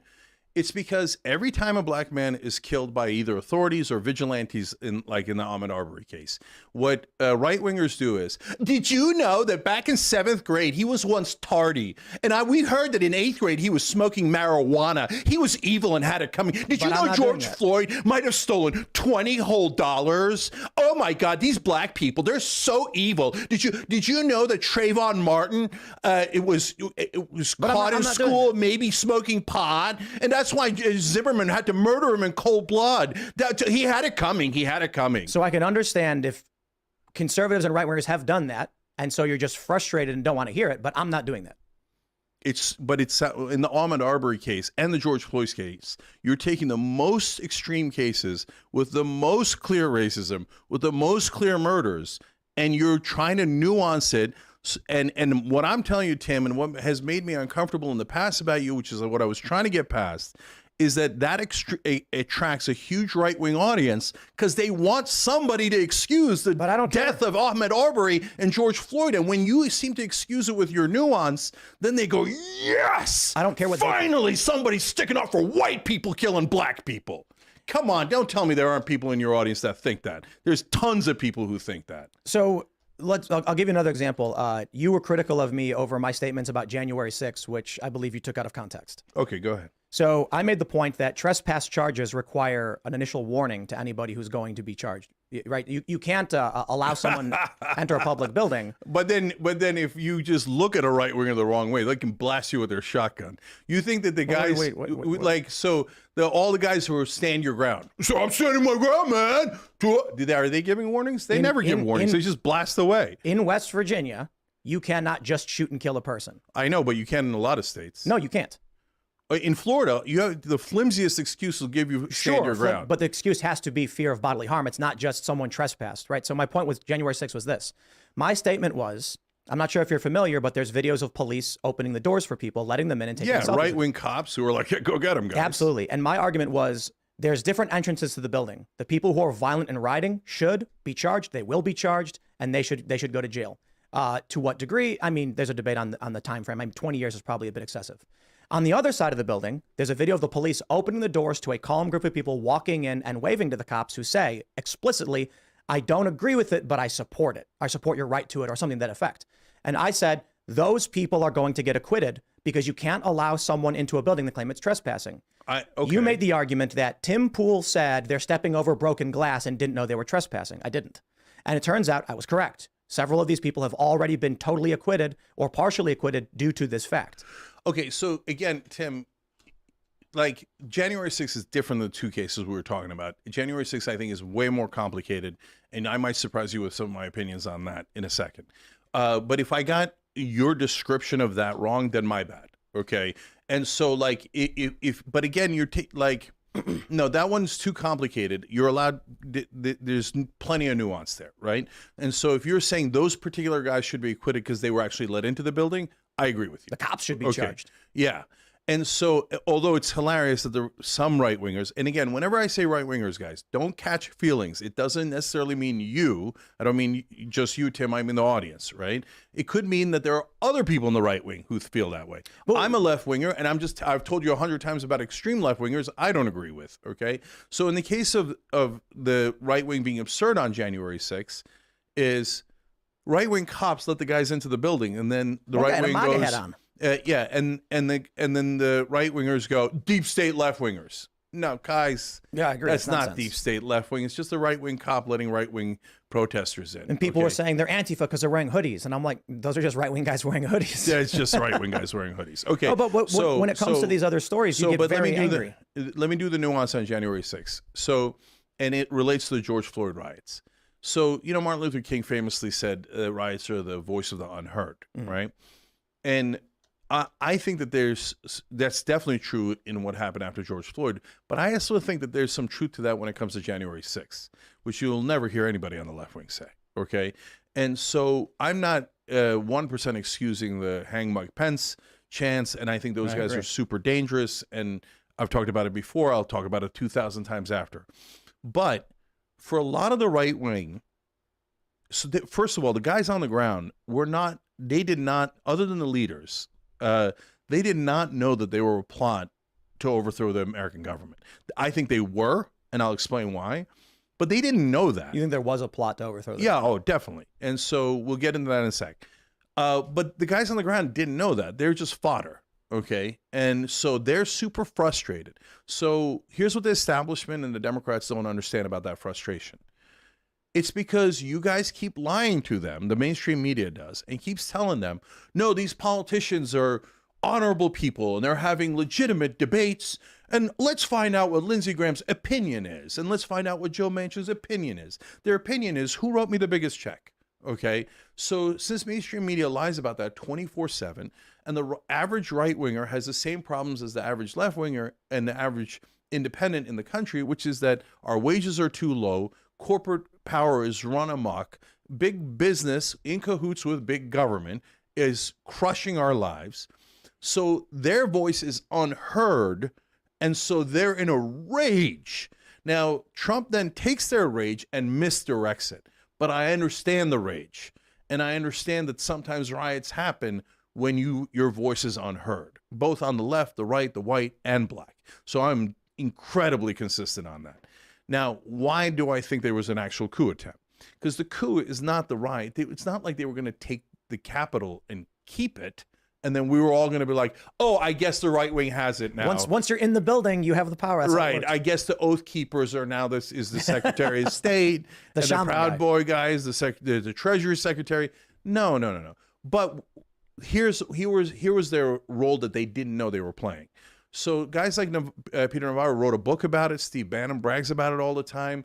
Eastman, Cheeseborough, all those guys who are charged now in Atlanta wrote memos about it. One of the memos was called the Fraudulent Elector Memo. And so the plan was, we get a bunch of fake, and Sidney Powell accidentally admitted all the way back in November on Lou Dobbs' show. The plan is you get a bunch of, now they wouldn't say fake electors, they would say Trump electors. But they're not even technically the Trump electors, because you have a slate of electors for both candidates, right? But the slate of electors for Trump would not go along with the coup attempt. So they had to find new random Republicans in the swing states, and they even did it in New Mexico, which was not even close, right? And these were the fake electors. And so the plan was delay the proceedings so that they cannot certify the vote. Plan A was have Pence say, I'm not certifying the vote. But Pence wouldn't do the unconstitutional thing, and he deserves enormous credit for that. And he nearly got murdered for that, okay? I mean, that is a Republican that had significant courage. And I don't think he's ever really gotten the credit he deserves for that. Now, you could disagree with Pence on everything else, and I do, right? But I give him credit where credit is due. So he was supposed to delay the proceedings. He refuses to do it. Trump is in a rage. Instead, they get the guys to bum rush the building so that it delays the proceedings. The next part of that plan was, then the Republicans are supposed to go in and go, well, I can't tell who won. There's no certification. We're going to bring it back to the states. And then at that point, the swing states had Republican legislatures. And so the Republicans in the legislatures were supposed to go, we now install the fake electors, okay? And that's a coup attempt, knowing that you lost the goddamn election. It's actually simpler than that. They don't need to go to the state legislatures. It would be the House delegations. No, that's the last part of the steps. When the state legislatures say that Trump won when they know he didn't win, by the way, more credit to Republicans in a second. When they say he didn't win, they say he won when he didn't. It then goes back to the House, because then it becomes an open question, a political question that the House has to decide. And the House, even though there was more Democrats at the time, they vote by state, and the Republicans had more states. Yes. So it was actually, if you're going to do a coup, it is a logical coup plan. And they discussed other coup plans. Michael Flynn proposed rolling out the tanks and doing martial law. They had a 3-hour conversation about it. Now, let me give credit to courageous Republicans. Even Trump administration guys who I despise, the reason Trump didn't roll out the tanks is because everyone in his administration that was in the room said, we will all resign immediately if you roll out tanks against the American people. Okay, so credit to those Trump administration people, and then the state legislatures filled with what I think are radical right wingers. The great majority of them said, no, we're not going to do the fake electors, and they deserve a lot of credit for that. Are you familiar with Texas v. Pennsylvania? It was the original jurisdiction lawsuit between Texas and Pennsylvania, arguing that several states violated the Constitution by altering the rules of the election, not at the legislative level, but through the judiciary and the executive branches. And so Texas's argument was, if Pennsylvania is acting in violation of the Constitution, it's subverting our vote in this process, and we want the Supreme Court to rule on this. Okay, and how did it turn out for them? The Supreme Court refused to even hear the case. Yeah. So this is a problem. This is what actually ignites fervor and expands the conflict. Thomas and Alito agreed that when a state has a dispute with another state, as per the Constitution, original jurisdiction means they must hear it. But the other justices just said, no, we won't. And so what ends up happening is the case expanded to include, I think, 48 states with like 24 versus 24, whatever, or it was like 23, 25, where half the states were saying, you know, we've got 5 or 6 states that have altered the rules of the election, but the Constitution explicitly states the legislation must handle how the elections are handled. So if a governor changes the rules or a judiciary rules on it, it's not gone to the legislature yet. The legislative branch must then, like, they have to vote on it. So Tim, you know, they can bring that suit. There's no problem with that. They were all thrown out. Okay, but my point is this. So This. If you've got people who are saying, how come the rules were changed in Pennsylvania? The lower court agreed that it violated the state constitution, but the higher court said, we're going to do it anyway. We believe it's acceptable. So then you have people across the country saying, whoa, hold on. If we're all agreeing to vote in this process, and this state's even disputing amongst themselves, we need this adjudicated. And they said no. Then what do you get? The language of the unheard. Yeah. So Tim, there's two different things here. So let's separate them out because it's really important. Did Trump actually win? That case was litigated over 60 times, and he presented him and his side allies presented zero evidence. How many of those cases were dismissed on standing versus merit? A bunch of them, but a huge number of them decided it on the merits. That's not true. Oh, come on, Tim. Come on, Tim. And then in all the ones that they decided on the merits, how come the Trump side never presented any evidence? I guess it depends on the specific cases, right? No, it doesn't depend. They have no evidence. If we're talking... In one case, Rudy Giuliani had to admit, because he's a lawyer, he's going to get disbarred if he lies in court. You could lie at a press conference 24/7, right. But once you're inside court. And they said, Mr. Giuliani, do you have any evidence to show that the election was stolen? And he's like, no. Because they don't have any evidence. They're lying. They've been lying the whole time. I agree the election was not stolen. Okay. Or it depends on how you define stolen, I guess, right? No, you could define it stolen in 1,000 ways that are BS. But it was not stolen, period. Some people argue that Pennsylvania changing its voting laws in violation of the Constitution is stealing an election. No, that's a nonsense argument. It's argument. So no, it's super important. It's super important because I don't want the right wing thinking that it was like, oh, fraudulent election and Hugo Chavez or the ghost of Hugo Chavez and a kraken and a mule went in and changed the votes. No one changed the votes, period. And so because Trump and Fox News and Newsmax lie about it 24/7, and Fox News had to pay $800 million for their lies, people think that the election was stolen when it wasn't. You know what election was stolen? And then I'll tell you the reaction that happened instead when it happened to the left wing. 2000, brazenly stolen from Al Gore. So let me explain the details and then I'll relate it back to today, okay? So Al Gore not only won the popular vote, and nobody disputes that, but after the case was over and the election was over, all the news organizations went in and did a recount of the entire state of Florida. And under every kind of way of counting, Al Gore won the state of Florida. So he got flat out robbed. He won the Electoral College as well. But the Supreme Court in that case said, no, I don't care what Florida law is. I don't care that we've been making an argument for states' rights our whole lives. That liar Scalia, that piece of crap hypocrite, was like, yeah, did I say states' rights for decades? I mean, screw states' rights. You know what I'm saying? States don't have any goddamn rights. And they ordered Florida to stop the recount. They said, we don't want to know who won. because then we might find out Al Gore won. We don't want Al Gore winning. We just want to steal this goddamn election and give it to our buddy George Bush. And they outright stole it, okay? Now, having said that, Supreme Court rules the Supreme Court rules. We move on, okay? Nobody rioted. The Democrats haven't been crying about that, like, oh, no, Al Gore should have been the president. Al Gore is actually the current president, etc. They let it go. It was a great injustice, and we noted for the history books, and I noted as an example here, but we let it go. We didn't go around going, no, Al Gore's still the president, and losing the goddamn minds that I see with the right But in wing. 2016, they did. No, they didn't. See, I'm glad you're bringing that up. See, that's another super important distinction, because Hillary Clinton whined about losing the election in 2,000 ways. Oh, it was the Russians. It was my dog ate my homework. Funded the Steele dossier. Steele dossier. The Bernie bros did it. Blah, blah, blah, blah. Because she didn't want to accept responsibility. And the establishment media didn't want to accept responsibility because they all loved Hillary Clinton. They all hated Bernie Sanders. They all hated Donald Trump. They hated anyone who wasn't the establishment. Hillary Clinton is the epicenter of the establishment. So they couldn't live with the fact that they were preposterously wrong. You know what got under their skin the most? Me. Because I told them, hey, you idiots, Hillary Clinton's going to lose. Go to Michigan. Right? And Bernie Sanders has a 12-point lead on Donald Trump, you morons, right? And they're like, no, I think the establishment is correct. I think America loves the establishment. But you know what it really was, is that to them, Bernie and Trump are effectively the same thing. Of course. Actually, they fear Bernie way more than they fear Trump. Probably. Yeah, and the reason is because Trump's full of crap. He's only in it for himself, whereas Bernie actually would change the system. And so when they know that Bernie would change the system, they're like, anything but Bernie. Shut his ass out. Don't give him any media coverage. Don't let him do debates. Put the debates up against the Super Bowl. Do anything you can to make sure you silence Bernie. Oh, Trump, he could be allowed on TV all day long. Oh, let's have fun. Oh, what's the major proposal of Donald Trump back in 2016? Oh, a lot of shouting about the wall and immigrants, etc.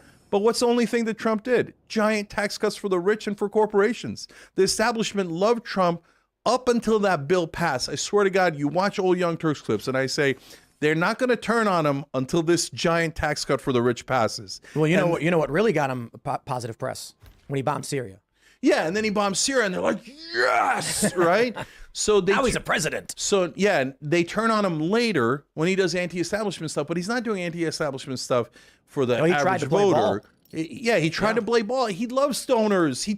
His super PACs took $100 million from Sheldon Adelson twice. Yeah, Sheldon Adelson. John Bolton. Yeah, he brings him in. He brings in John Bolton, who's a warmonger and a neocon. Sheldon Adelson owns casinos in Vegas, but he mainly owns casinos in Macau. You know that, like, so Trump did like half a dozen giant favors for him, but the biggest favor was. Two biggest favors were he basically dismissed corruption charges in China against him, and he allowed him to bring his money back from China. Instead of a 35%, he created a special rate of 8% for repatriating taxes from a foreign country. So a guy who, he's deceased now, but back then, a guy who had his main line of business in China had bought the U.S. president. He gave him $100 million 2 different times and totally bought him. And Donald Trump was 100% his bitch. His bitch so much that not only did he give him every single thing that he asked for, but he also made his wife, he gave her a presidential Medal of Honor. It's the highest honor America has, and he threw it in like a tchotchke. Like, oh yeah, if you act now, Sheldon, I'll also take your rando wife and give her a presidential medal, okay, of honor. And he's like, Sheldon's like, oh, I was gonna go 90 million, but I'll go the whole 100. Okay, and so he purchased Donald Trump. He's just as corrupt as anyone else. He's just corrupt on his own behalf. But Bernie, he's not corrupt. So that's why the establishment's like, Trump we could deal with. What's Trump's new proposal now? Cut corporate taxes from 21 to 15. He's still blowing corporations to this day. Donald Trump has wanted to be part of the club for his whole life. He's a spoiled little kid. He never knew how to run his dad's money. He lost all his money. Everybody in New York laughed at him, and that made him so bitter. So he's just in it for himself. Who do you think we'd be better off with today, Biden or Trump? You think Biden? Oh, definitely Biden. I'll tell you why in a sec. But just to finish the earlier thought. So for all of Hillary Clinton's whining, she never said the election that there was fraud in the voting, that the election was stolen from me through the fraud in the voting, and it's an illegitimate election, and I should be Russia president. manipulated the votes. Yeah, but she didn't say I should be president. She didn't, and she didn't said say the election was no. She didn't say manipulate the votes themselves. She said manipulate the media. She said it could be stolen from you. Yeah, but So she didn't say me, but we know what she means when she said it. But Tim, did she ever say, "Hey, no, Trump didn't actually win the election. Yes. I'm the actual president"? Well, she said it was She stolen from her. never said that. She said never, ever said that. I'm the actual president? No. Whereas that dumbass she said it Donald was stolen Trump from me. has been pretending he won this entire time. Hillary Clinton was bitter about the loss, but she never made the claim legally or otherwise. Hey, look, Tim, it's a super easy thing. First of all, you can look it up, right? And yeah, I know the line, guys. Yeah. But that doesn't say the election is fraudulent. I'm the actual president. Here's We had a multi-year here's an investigation analogy into to it that being line. stolen. So here's an analogy to that line, even though Bernie never said it, but his supporters said it. So the primary was in 2016 was quote unquote rigged against Bernie Sanders. Okay. Now, how was it rigged? Because it's very important. So it was rigged in that they did as few debates as possible. They put the debates on when people would least watch them. They tried to take the oxygen out of the room for Bernie. And then if you remember, we broke the story of Young Turks that Donna Brazil took questions and fed them to Hillary Clinton in the debates. And then a huge part of it was they did a money laundering operation where these huge Democratic donors would give to the states, and the state parties would then funnel it into Hillary Clinton's campaign. So if you say that election, that primary election was rigged in that way, okay, that's fair, okay? But if you say the votes were actually messed with, and a lot of Bernie supporters at the time said that, and we at the Young Turks came out and said, no, guys. Superdelegates. You don't have any, no, superdelegates is a different conversation. No, I know, but it's rigged against Bernie. But guys, understand how the mainstream media rigs things, because they rig things against the left and the right, okay? So it's important that you understand how they do it. So in that case, what they did was the superdelegates technically actually vote at the end of the process. And oftentimes, even if they declare earlier, they switch their votes. So, for example, a lot of superdelegates said that they were going to support Hillary in 2008, but in the middle of the campaign, they switched to Obama. And none of that was technical. Only at the end do they vote, do the superdelegates vote. But what the media did instead in 2016 was they showed the superdelegate count in every tabulation right from the get-go. So they'd be like, Hillary Clinton has a 468-0 lead on Bernie Sanders. This thing's almost over. You're like, wait a minute, nobody's even voted, including the superdelegates. You're just saying that those superdelegates declared for Hillary as a way of saying this thing's already over, Hillary Clinton's already won. So they're manipulating the voters into thinking that Bernie Sanders is doing a long shot campaign that is hopeless, and he's just a piece of crap who's trying to hurt the actual Democratic nominee, when these beloved superdelegates have already weighed in, right? Yeah. And so it is a fundamental deception, and mainstream media does that all the time. But it is not rigging the actual votes. And so that's where we drew the line and said, you don't have evidence of any votes being switched from Bernie Sanders to Hillary Clinton. A large portion of Democrats did believe that the Russians actually went in and flipped votes, literally. I never saw anyone saying that on television, in print. I'm saying that there were several polls done where they asked voters, do you believe? Yeah, and if the voters were misled by Hillary's over-the-top statements, then that's a shame on Hillary Clinton. But you can see it is fundamentally different. Because I'll tell you right now, there's people in your audience who are screaming at their screens right now going, no, it was actually stolen. They rigged the votes. Smartmatic and Dominion and the mules. And I saw a Dinesh D'Souza propaganda piece, movie, that convinced me that the votes were actually stolen. No, none of it was stolen. None of it. Never. Zero. And here, I can prove it now ahead of time. So, Tim, you're being reasonable and saying, no, it was not actually stolen in the votes. I've never said it was stolen in the votes. Okay, good. Okay, so that is factual. But, they lie. These NGOs run fake stories. You had this one group out of Stanford argue that I'm one of the super spreaders of election misinformation or whatever, when since Joe Biden won, I was like, guys, this is not true. Trump is not going to be reinstated. There are no Dominion weird switching. There's no German servers. But they just pump out lies in the media saying I claimed it anyway. Yeah. So now thing that I'll tell the right-wingers that still believe Trump's lie is, all right, guys, you have a perfect opportunity. Because when Trump goes to court in Atlanta and in the federal case, on the actual election issues, so not the national documents and not the fraud in New York, but the ones that are actually about January 6th, right? He can win those cases very easily because the core of the cases is they have to prove that Donald Trump not only lied about the election results, but knew that he was lying, okay? So, but the good news is the defense to that is, I wasn't lying, it's true. The election was stolen. Here's the proof. Here's the proof. Yeah. So, and in fact, if you're a Donald Trump supporter and you really think the election was stolen, if Donald Trump does not present that evidence when it would free him and it would liberate him and it would prove you right after all these years, then you have to be livid at Donald Trump, right? Oh, I mean, we've been talking about this for a while too. Like there are a lot of Trump supporters who are like, haha, they made a big mistake. Now Trump's going to be able to get the evidence adjudicated because they were dismissed before, but now they have to bring it in court. And I'm like, okay, well, let's see it. If the argument is you're upset with the procedure, like Texas v. Pennsylvania, I agree. We should have that argument over procedure. But this idea that I keep hearing this one where they say they pulled votes out from under the table and started counting, and I was like, and if you watch the full surveillance video, you can watch them put the votes there too. Yeah, you can it's just votes. Yeah. You can watch the votes come in, get placed in the box, put under the table. And at the end of the day, they then pull them out and start counting them.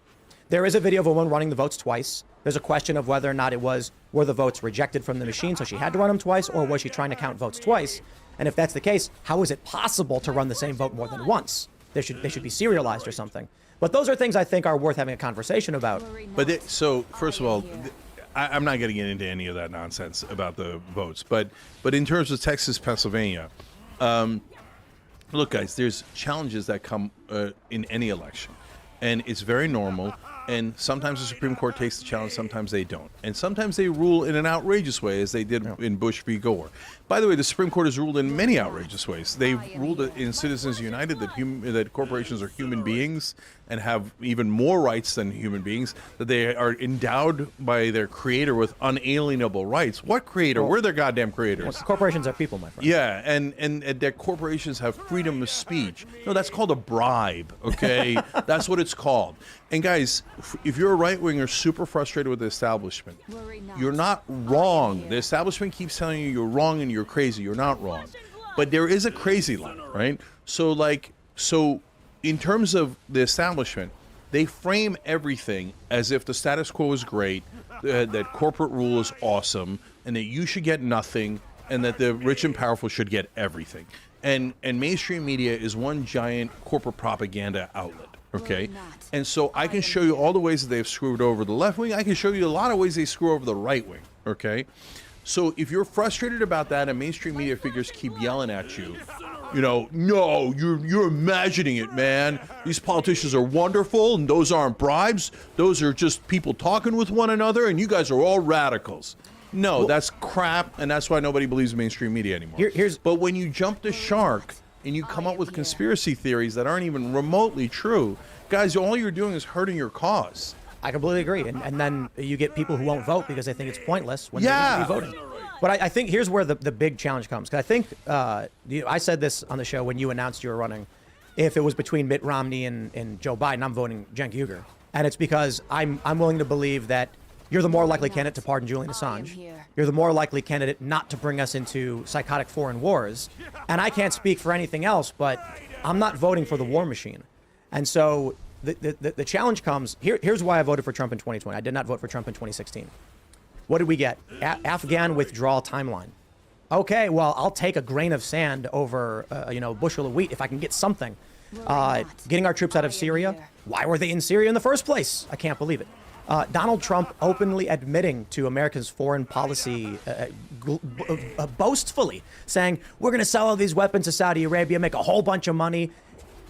The bombing in Yemen, all of these horrifying things. And I'm like, if I can get 1% out of Donald Trump in that he's going to focus more on whatever's going on in this country, and it means we're not blowing up kids in foreign countries, it's the best candidate I've laid before me in terms of who can actually win and do something. And then I saw a bunch of people on the left, prominent people, say, you have to vote for Joe Biden. And I'm like, but he's going to Hillary Clinton this. We're going to see war. We're going to see, look at Libya. I saw he died. It's been chaos and a disaster. we're going to see American troops dying. We're going to see conflict and chaos. And they said Trump would bring about World War III, and then we didn't get it. We got no new wars, and we actually got withdrawal timelines. I'm not saying he did great. I'm not saying he did perfect, but he did better than anyone I'd seen in my lifetime. Yeah. Abraham Accords I thought were fantastic. He crossed the DMZ into North Korea with no security detail. And I'm just like, holy, wow. I'll take it, please. Just whatever Biden has to offer, it's going to be crony BS. It's going to be warmongering. It's going to be neoliberal, neoconservative war. Just give me whatever I can get. And now I see a lot of these leftists who were like, nope, we have to vote for Joe Biden. It's the only path forward. And I was like, oh, spare me, dude. I will take a bull with no direction, smashing everything over the neolibs, over the Democratic Party. Yeah, so let me tell you why you're right about my positions, and obviously why I would be better, and I'm running against them. But then I'm going to tell you someone who could easily win that isn't me. Is it Bernie? Okay, and it's it's a Republican. Okay. So so first off, on my positions, would I pardon Julian Assange? Of course. That's not even a close question. He should have never been hounded in the first place. So Trump's the reason Julian's in a worse position. Yeah. And so that's exactly right. Trump is so full of crap. It bothers me so much that people who are legitimately angry about what mainstream media has done, what corporate politicians have done, are gravitating over towards another con man. Okay? So Donald Trump, why on God's green earth wouldn't you pardon Julian Assange? Not only is Julian Assange never did anything wrong, he's as much of a whistleblower as anyone has ever been. Arguably helped Trump. Yeah, and then on top of that, he arguably helped Trump, okay? And in fact, I thought he got too political, and I started to get mad at Julian Assange. But that never changed my opinion that he should be freed immediately. But real quick, I'll tell you why. And this is speculative based on meetings that had happened, but the general idea is Donald Trump had his people make Julian the offer. You give us your sources on this information and you're free to go. And Julian said, never. And they said, if we don't give it to us, we'll take it by force. Mm-hmm. And that's what's resulted in his arrest and extradition attempts. And Tim, even if that story is true and it's your speculation, but I'm okay with it. I'm okay with it. But even if that story is true, doesn't make it any better. It makes it worse. I know. I agree. Yeah. He should have been pardoned outright. Yeah. I mean, he should never have been charged. So I would bring back Snowden immediately. Like Snowden and Assange are American heroes. They're whistleblowers, although Assange is not American. Well, I agree with Snowden. Come back, no charges. But there is a distinction between Snowden and Assange. Assange is a journalist. Yeah, we can get into that, but it's not important. Point is that they revealed information about American wrongdoing, the government's wrongdoing, and that is a classic whistleblower. And they tried different paths to get it out otherwise. And Assange is a journalist, period. Right? So, okay, so that one's easy. Getting us into wars, of all the candidates, there's no question that I'm the one that is most likely to avoid war. Because I don't want any piece of it. After defense contractors, all they do is rob us. They get our sons and daughters killed. They kill tons of innocent civilians. And it's not about the killing. It's about the robbery. The whole point is to execute the robbery. Right? And so now Biden comes out with Israel's attacked. It's terrible how they got attacked. We're going to get back into that issue in a minute. But then he's like, give me $105 billion for Israel, Ukraine, and Taiwan. And the border, don't forget. But wait, that's because he's going for the Republicans on that one. Yeah. $105 billion. Wait a minute. Look, I'm on the side of Ukraine, but we just authorized like 8 different multi-billion-dollar packages to Ukraine. And Israel, we already give them more money than we give anyone else. And now, unfortunately, they become the aggressors. Taiwan, there's no war in Taiwan, right? So, no, this $105 billion is going to go straight into the pockets of the defense contractors. Yep. And then they're going to take out a small percentage and give it as bribes, campaign contributions to Joe Biden, Nikki Haley, almost every corporate Republican and almost every corporate Democrat, okay? And those guys, in order for the criminals to make more money and to rob us even more, they'll start more wars. So there's no way in the world that I would do that. You see Nikki Haley skyrocketing. The media is praising her. Her polls are up. Of course. And she's on stage saying more war, more war, more war. Yeah, Nikki Haley is the most classic corporate neocon Republican you'll ever see. I have a Republican neighbor while walking down the street. We run into each other. I say, hey, how's it going? And he's like, yeah, I saw the debates. and he's still making up his mind whether he's going to vote for Trump. And he's in L.A., right? And he's holding down the fort. But I said, how about the others? He's like, yeah, they're trying to get us to vote for Nikki Haley. Not going to happen. She's awful. Not going to happen. So, and mainstream media can't see straight because they're in their bubble. And in their bubble, people that are corporate stooges like Marco Rubio and Hillary Clinton and Nikki Haley and Joe Biden are God's gift to humanity. They're like, who wouldn't love Marco Rubio? He has pleasured every donor there is.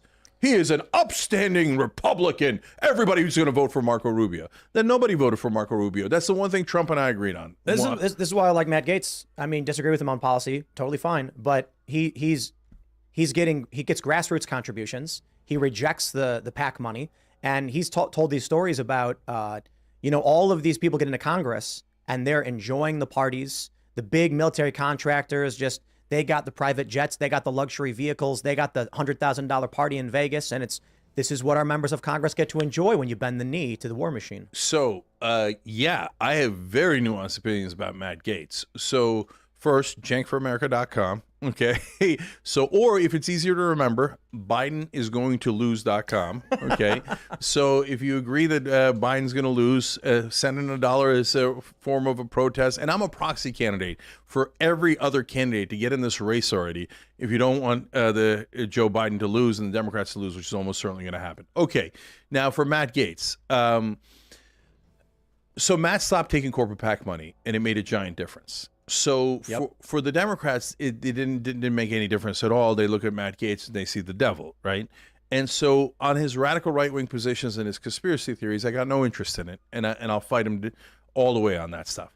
But the minute he started taking corporate PAC money, at least he started becoming honest. When he stopped taking it. Yeah, when he stopped taking it. And all I care is about honesty. You could be as right-wing as you want. That's called democracy, okay? Yeah, and I agree. So he introduced anti-corruption bills, and then Ro Khanna and AOC agree with him. Yeah, and right? and I loved when he said, "I'll give you concessions on the motion to vacate if you adopt Ro Khanna's reforms." I went on air and I said that's a great idea. We got to do it. Okay, People want that stuff. Yeah. So, and so you remember how I mentioned I come bearing revolution in the beginning. This is what I'm talking about. A revolution where we're not talking about left and right as much anymore. Now, we did a lot in this, and I'm sure we have to by definition because it's a lot of times left versus right. I get it. I'm not trying to erase the language, etc. But while we're fighting on things we actually care about, and you saw how much I disagree on certain things, right? Absolutely. And I'm not going to give any ground on that, and nobody has to give ground on the right or the left on those issues, right? But can we also, at the same time, agree on things where we do a revolution against the establishment, okay? So, and the best place to start is anti-corruption. So, and I explain this in the book. As much as I, go after Republicans and I say mean things about them, okay? But I also explain there's a difference between conservative politicians or Republican politicians and Republican voters. And Republican politicians are 99% corrupt. And the Democrats are about 90% corrupt. I think it's inverted, but we agree on the let's just do the Venn diagram of 90% or 80% is corrupt. Yes, totally. Okay. So, and the reason that Trump won in 2016, or a huge part of it was, well, there's two main reasons. One, and the establishment gets this wrong. They think one of the main reasons is because he's racist, bigoted, etc. I think that gets some voters, but that's not why he won. Right. He won because he's anti-establishment and the country despises establishment. And Hillary Clinton. Right. And Hillary Clinton is the most establishment figure. They don't despise Hillary Clinton for being Hillary Clinton. They despise her for representing the establishment. Okay. I'd have voted for Bernie. Yeah, so many people would have voted for Bernie, but you can't get the knuckleheads on cable news to acknowledge reality. That's what I mean. They live in their own bubble. And to me, that bubble is just as diluted as the Trump supporters who think the election was stolen. Those guys are like, no. Politicians take money just because they care about the general welfare. Oh, come on. But as you pointed out, that's a lunatic theory. Bernie, I'll say this generally speaking, to them, Bernie was worse than Trump. Definitely. Because like I said earlier, Bernie would have changed the system. And Bernie would have stuck up for the average guy. They hate anyone who sticks up for the average guy. It's not just that. You could make the argument that they more feared Trump for certain reasons, but Bernie took the party from them if he won. If Bernie won, he became the Democrat leader.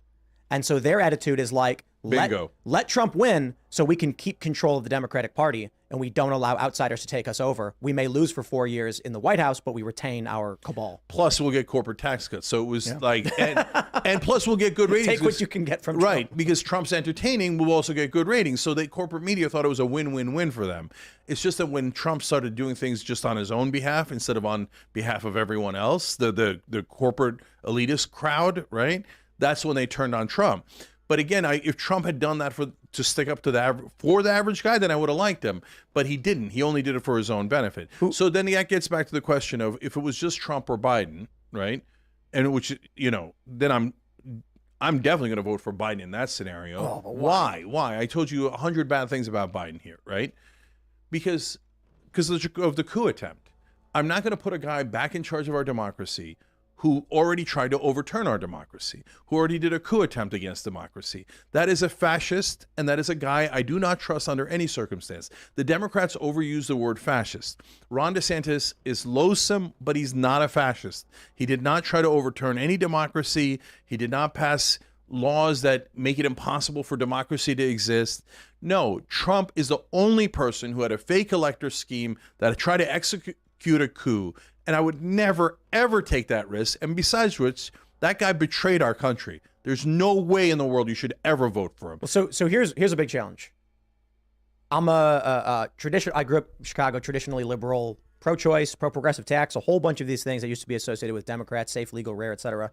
And the majority of people who watch our show are middle-of-the-road, moderate types. Mm-hmm. Many of them switched to Donald Trump. And the reason greatly is for the average person who doesn't have time to pay attention or lives in an area that's split 50-50, you've got what is viewed as unreasonable cultural positions from the left and young people. And then you've got who's right when it comes to, did Donald Trump try to steal the election or did Joe Biden? And I understand your position. And then I hear an inversion from the right. And of course, you'll assert you're correct, of course, and cite your facts. They'll do something similar. And of course, there is an objective truth. But for people who are in the middle, they're just like, man, I hear two sides bickering. Now, I understand there's an objective truth, but I don't see you being able to cut through to the person who's like, I don't want to hear the fighting. What ends up happening with Trump is you get this fervent, I will fire everybody revenge. I love that. You get no new wars. I hate that. That he's going to fire everybody? I think it's good. No, it's terrible because he's not firing the corporatists. He's firing like bureaucrats that are doing important jobs. No, I know right wing. You think like there should be no government, but there is. I think there should be government. I'm for government. We need honest government. I agree. The problem is not that the government exists. The problem is that this government has become corrupted. Shouldn't we get rid of the corruption? The way you get rid of the corruption is you get rid of the corrupt politicians who are taking money from corporations.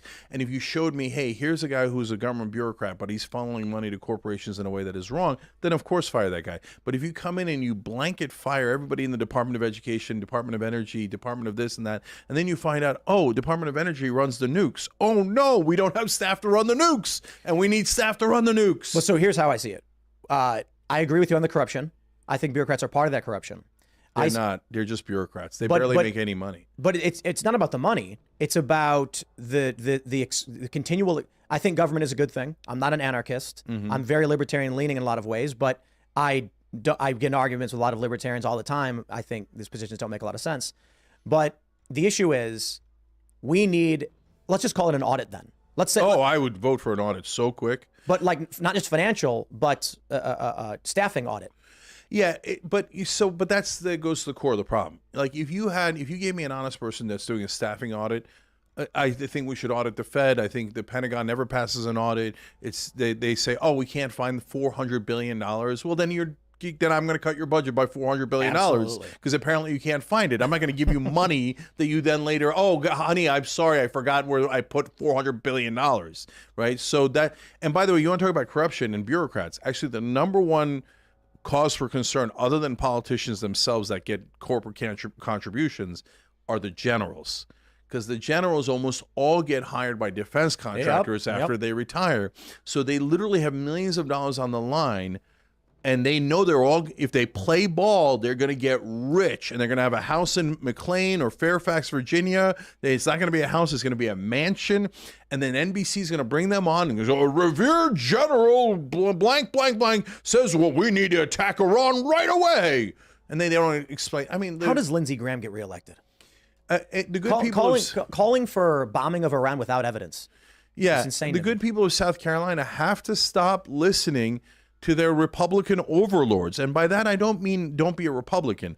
I mean, stop listening to the overlords, okay? So if Donald Trump or the local Republican dudes tell you that you should vote for Lindsey Graham, don't believe them. Actually, look at Lindsey Graham's record. Lindsey Graham's the biggest warmonger in America. Here's what I think. I'll give you an analogy. The establishment, the military-industrial complex, the massive multinational corporations, their cronies within government. I think the government mostly are working as employees for these individuals. They give them loans. To us, we are but chickens in a coop. And so they look at what we produce and what they can take from us. And you and I are pretty big roosters in that coop. But the one thing they really wouldn't like is if all the chickens and roosters got together and just jumped the fence. That's exactly what I'm proposing. And so they like having the chickens, peck at each other and stuff like this. So figuring out how we can, instead of arguing, instead of arguing on the cultural issues, which I think are important and, of course, make up a huge portion of both of our shows, I'm inspired by Matt Gaetz and Ro Khanna. Yes. And even AOC when she teamed up when they were trying to get that no more stock trading. Yep. If we can get that stuff done, we can argue all day and night about any of the books that are in schools. The first and foremost is, you mentioned it about Matt Gaetz. He stops taking corporate PAC money. He becomes honest. Imagine if we did that to every single member of Congress. Bingo. Now you have it. I've never agreed more. But I agree with you on Citizens United. The idea that you have super PACs where they can just say $100 million goes into their campaign. Wink, wink. We're not coordinating, but we know they are. 100% coordinating. They're such liars. Right. It turns it into, look, the right is livid at Pfizer. The left is livid at Monsanto, and everybody hates the military-industrial complex, and they are who buy the politicians through super PACs, 100% which basically violates what the intention of campaign contribution limits were supposed to be. So that's what I'm talking about. If we unite on that, and the reality is that 90% of the country agrees with me and you on this issue, okay? So the only people who don't agree are the people that are part of the corporate infrastructure, right? Yep. So the guys taking the corporate PAC money are the politicians. But remember, where does that money go eventually? It goes into, why do the politicians need all that money? Because they need to run ads to trick you into voting for them.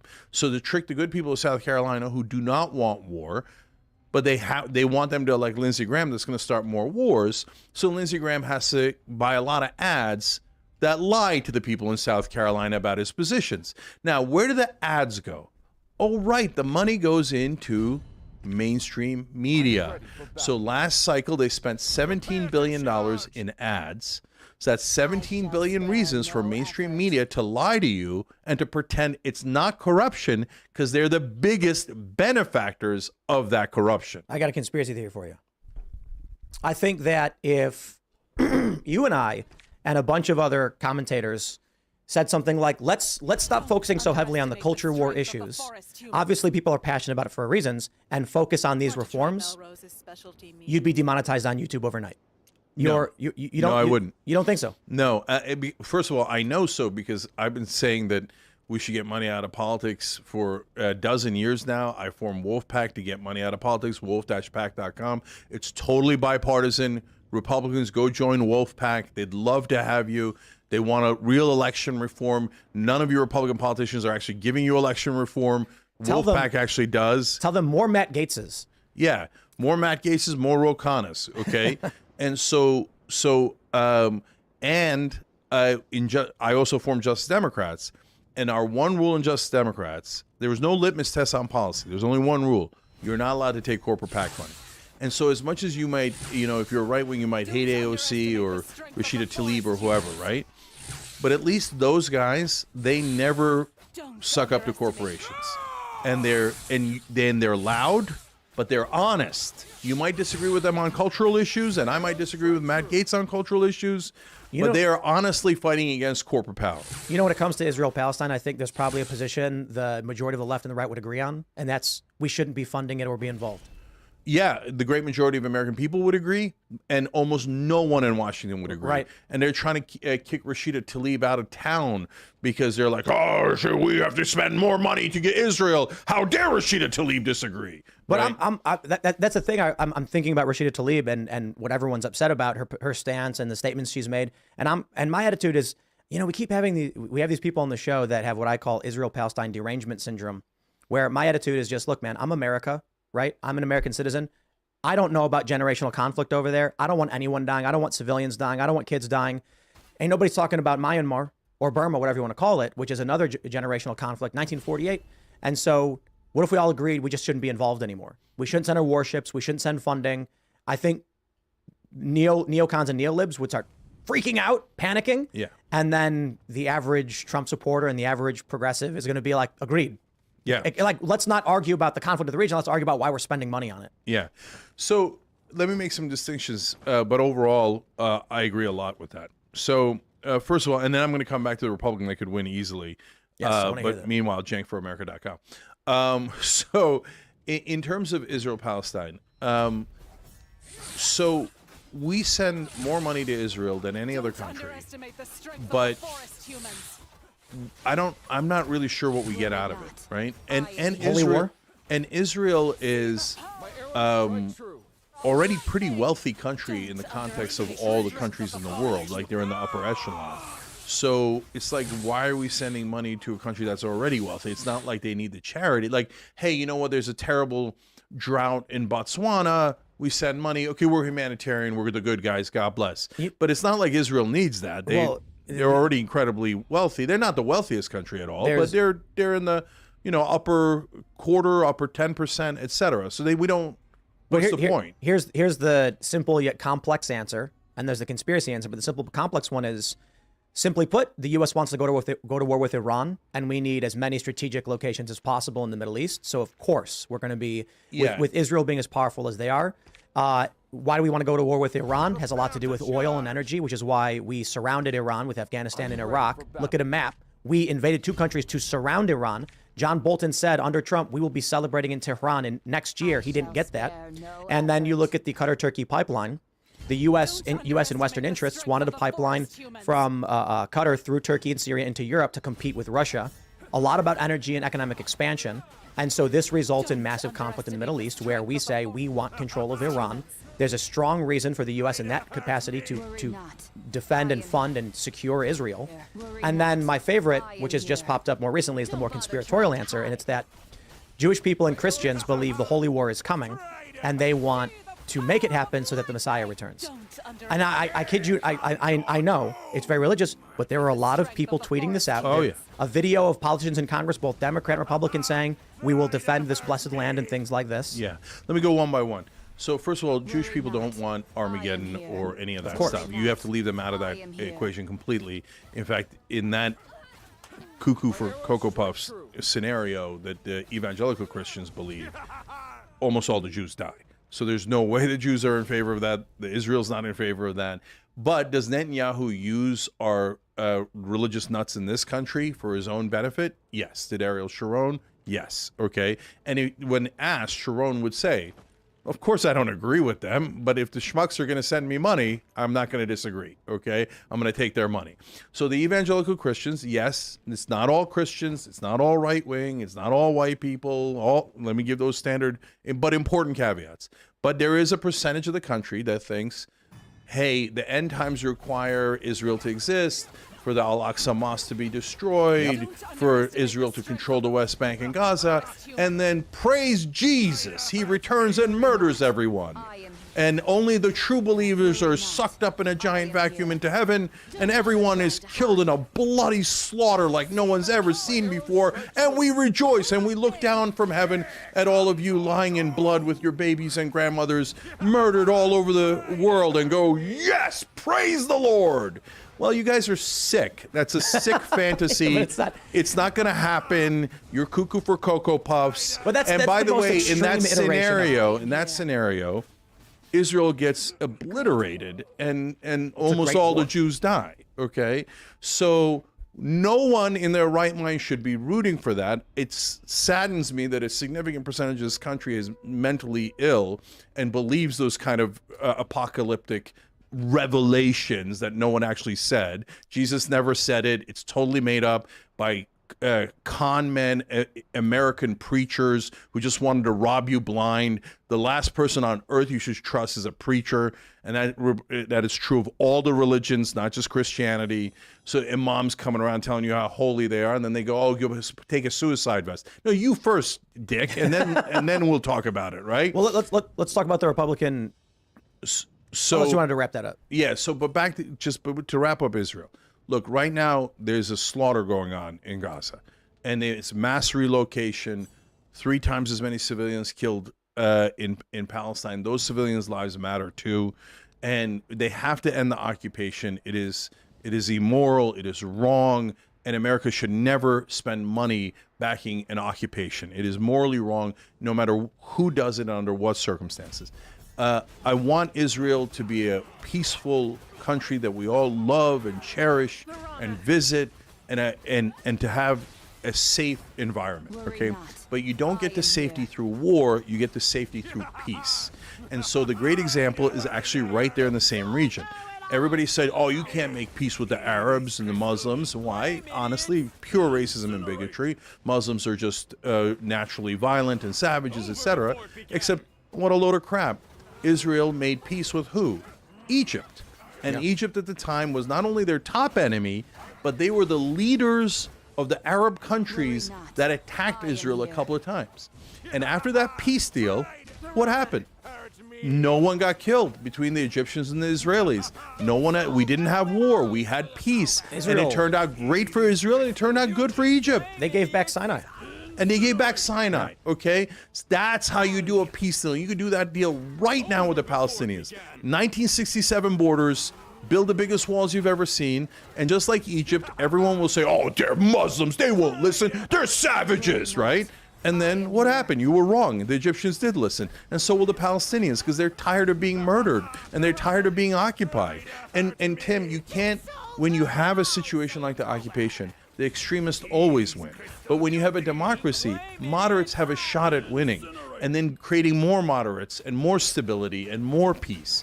We have to be going towards peace instead of war. I agree. A lot of civilians dying, and each and every one is a horrifying tragedy. And people get mad at the term collateral damage because they take offense to it, because they feel that it downplays civilian death. I just think collateral damage defines when actions are being taken in war that kill civilians, and it's wrong. It needs to stop. My big thing is like, hey, look, I hear everything you're saying. I think the U.S. should not be involved. No, but I'm not disagreeing with that. Right, but that's all I can say. But the bottom line is, all of that is important, and those things are relevant in this conversation.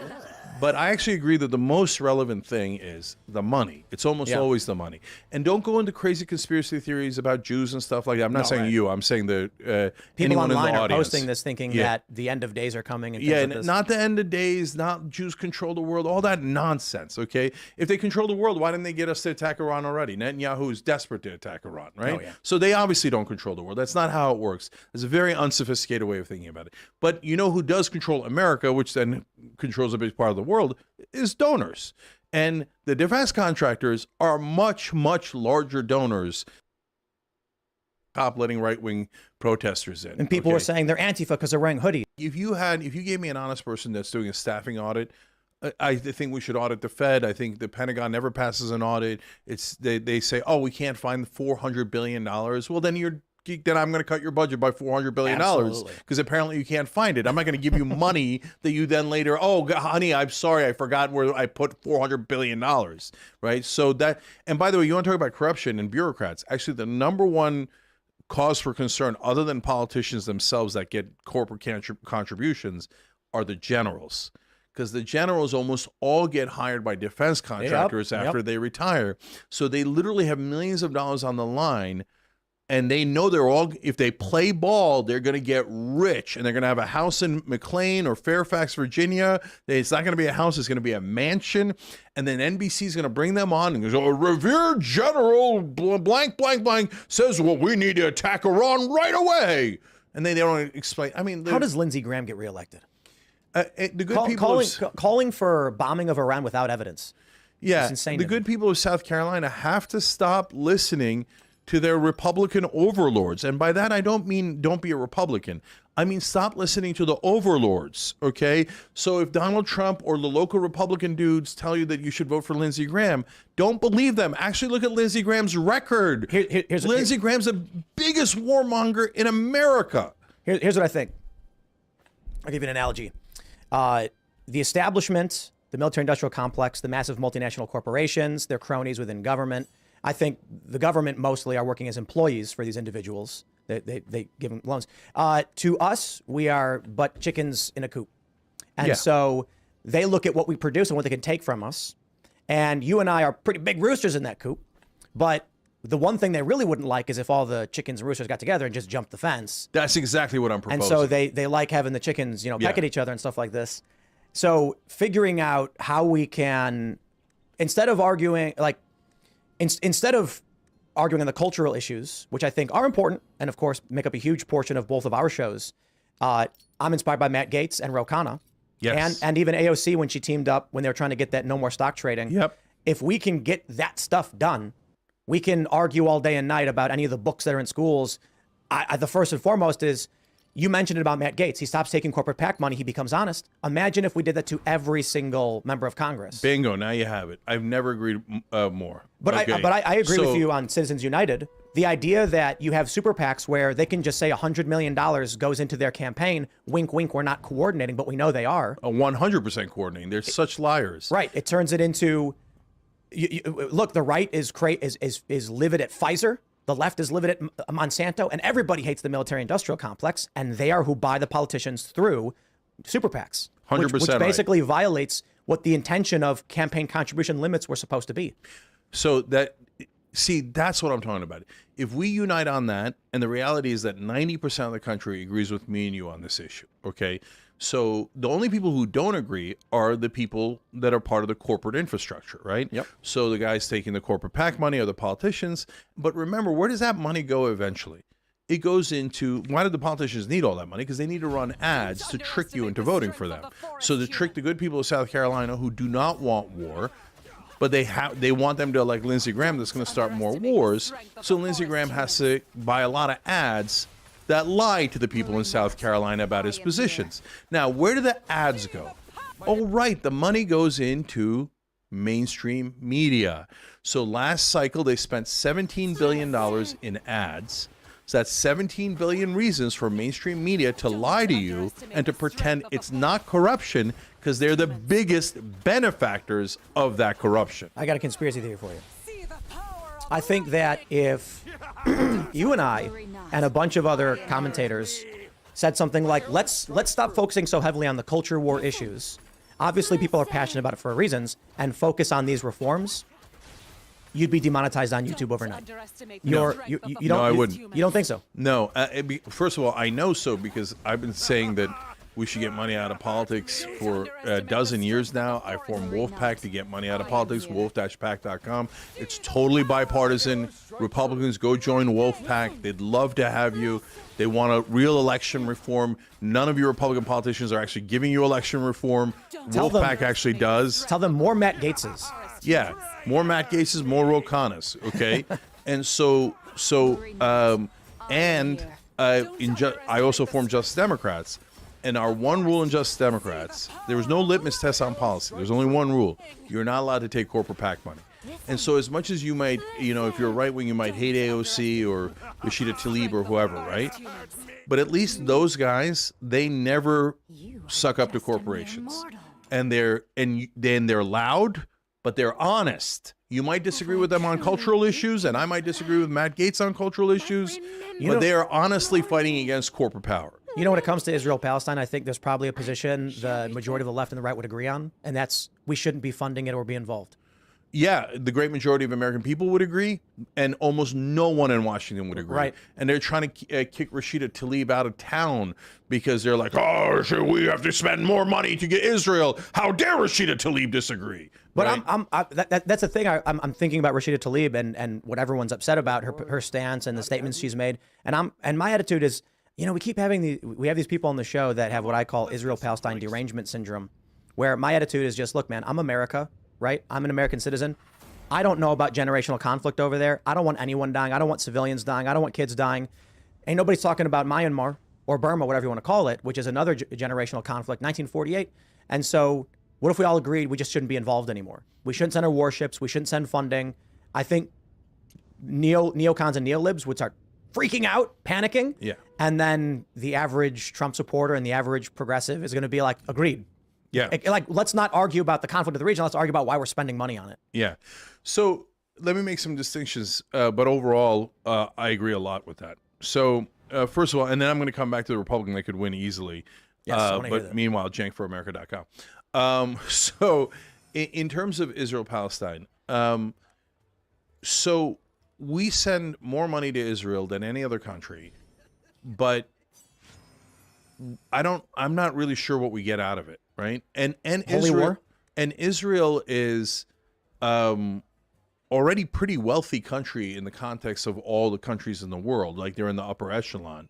So it's like, why are we sending money to a country that's already wealthy? It's not like they need the charity. Like, hey, you know what? There's a terrible drought in Botswana. We send money. Okay, we're humanitarian. We're the good guys. God bless. But it's not like Israel needs that. They're already incredibly wealthy. They're not the wealthiest country at all, but they're in the upper quarter, upper 10%, etc. So we don't. What's the point? Here's the simple yet complex answer, and there's the conspiracy answer. But the simple complex one is, simply put, the U.S. wants to go to war with Iran, and we need as many strategic locations as possible in the Middle East. So of course we're going to be with Israel being as powerful as they are. Why do we want to go to war with Iran? Has a lot to do with oil and energy, which is why we surrounded Iran with Afghanistan and Iraq. Look at a map. We invaded two countries to surround Iran. John Bolton said under Trump, we will be celebrating in Tehran next year. He didn't get that. And then you look at the Qatar-Turkey pipeline. The U.S. and Western interests wanted a pipeline from Qatar through Turkey and Syria into Europe to compete with Russia. A lot about energy and economic expansion. And so this results in massive conflict in the Middle East, where we say we want control of Iran. There's a strong reason for the U.S. in that capacity to defend and fund and secure Israel. And then my favorite, which has just popped up more recently, is the more conspiratorial answer. And it's that Jewish people and Christians believe the Holy War is coming, and they want to make it happen so that the Messiah returns. And I kid you, I know it's very religious, but there are a lot of people tweeting this out. Oh, yeah. A video of politicians in Congress, both Democrat and Republican, saying we will defend this blessed land and things like this. Yeah. Let me go one by one. So first of all, Jewish people don't want Armageddon or any of that stuff. You have to leave them out of that equation completely. In fact, in that cuckoo for Cocoa Puffs scenario that the evangelical Christians believe, almost all the Jews die. So there's no way the Jews are in favor of that. Israel's not in favor of that. But does Netanyahu use our religious nuts in this country for his own benefit? Yes. Did Ariel Sharon? Yes. Okay. And when asked, Sharon would say, of course I don't agree with them, but if the schmucks are going to send me money, I'm not going to disagree, okay? I'm going to take their money. So the evangelical Christians, yes, it's not all Christians, it's not all right-wing, it's not all white people, let me give those standard but important caveats. But there is a percentage of the country that thinks, hey, the end times require Israel to exist, for the Al-Aqsa Mosque to be destroyed, for Israel to control the West Bank and Gaza, and then praise Jesus, he returns and murders everyone. And only the true believers are sucked up in a giant vacuum into heaven, and everyone is killed in a bloody slaughter like no one's ever seen before, and we rejoice, and we look down from heaven at all of you lying in blood with your babies and grandmothers murdered all over the world and go, yes, praise the Lord. Well, you guys are sick. That's a sick fantasy.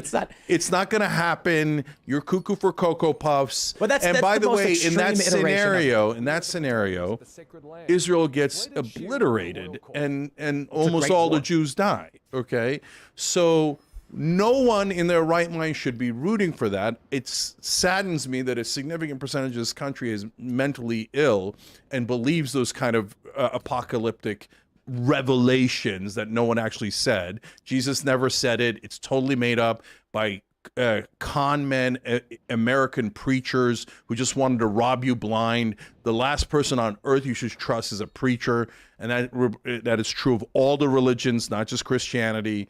So imams coming around telling you how holy they are, and then they go, "Oh, take a suicide vest." No, you first, dick, and then we'll talk about it, right? Well, let's talk about the Republican. So unless you wanted to wrap that up. Yeah. So, but to wrap up Israel. Look, right now there's a slaughter going on in Gaza, and it's mass relocation. 3 times as many civilians killed in Palestine. Those civilians' lives matter too, and they have to end the occupation. It is immoral. It is wrong, and America should never spend money backing an occupation. It is morally wrong, no matter who does it and under what circumstances. I want Israel to be a peaceful country that we all love and cherish and visit, and to have a safe environment, okay? But you don't get to safety through war, you get to safety through peace. And so the great example is actually right there in the same region. Everybody said, oh, you can't make peace with the Arabs and the Muslims. Why? Honestly, pure racism and bigotry. Muslims are just naturally violent and savages, etc. Except, what a load of crap. Israel made peace with who? Egypt. And Egypt at the time was not only their top enemy, but they were the leaders of the Arab countries that attacked Israel a couple of times. And after that peace deal, what happened? No one got killed between the Egyptians and the Israelis. We didn't have war. We had peace. And it turned out great for Israel, and it turned out good for Egypt. They gave back Sinai. And they gave back Sinai, okay? That's how you do a peace deal. You could do that deal right now with the Palestinians. 1967 borders, build the biggest walls you've ever seen, and just like Egypt, everyone will say, oh, they're Muslims, they won't listen, they're savages, right? And then what happened? You were wrong. The Egyptians did listen. And so will the Palestinians, because they're tired of being murdered, and they're tired of being occupied. And Tim, you can't, when you have a situation like the occupation, the extremists always win. But when you have a democracy, moderates have a shot at winning, and then creating more moderates and more stability and more peace. We have to be going towards peace instead of war. I agree. A lot of civilians dying, and each and every one is a horrifying tragedy. And you know, people get mad at the term collateral damage because they take offense to it because they feel that it downplays civilian death. I just think collateral damage defines when actions are being taken in war that kill civilians, and it's wrong. It needs to stop. My big thing is like, hey, look, I hear everything you're saying. I think the U.S. should not be involved.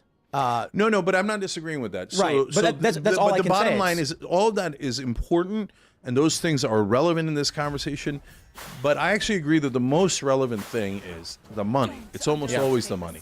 And don't go into crazy conspiracy theories about Jews and stuff like that. I'm not saying you. I'm saying the people anyone online in the are audience. posting this thinking that the end of days are coming. And yeah, not the end of days, not Jews control the world, all that nonsense, okay? If they control the world, why didn't they get us to attack Iran already? Netanyahu is desperate to attack Iran, right? Oh, yeah. So they obviously don't control the world. That's not how it works. It's a very unsophisticated way of thinking about it. But you know who does control America, which then controls a big part of the world, is donors.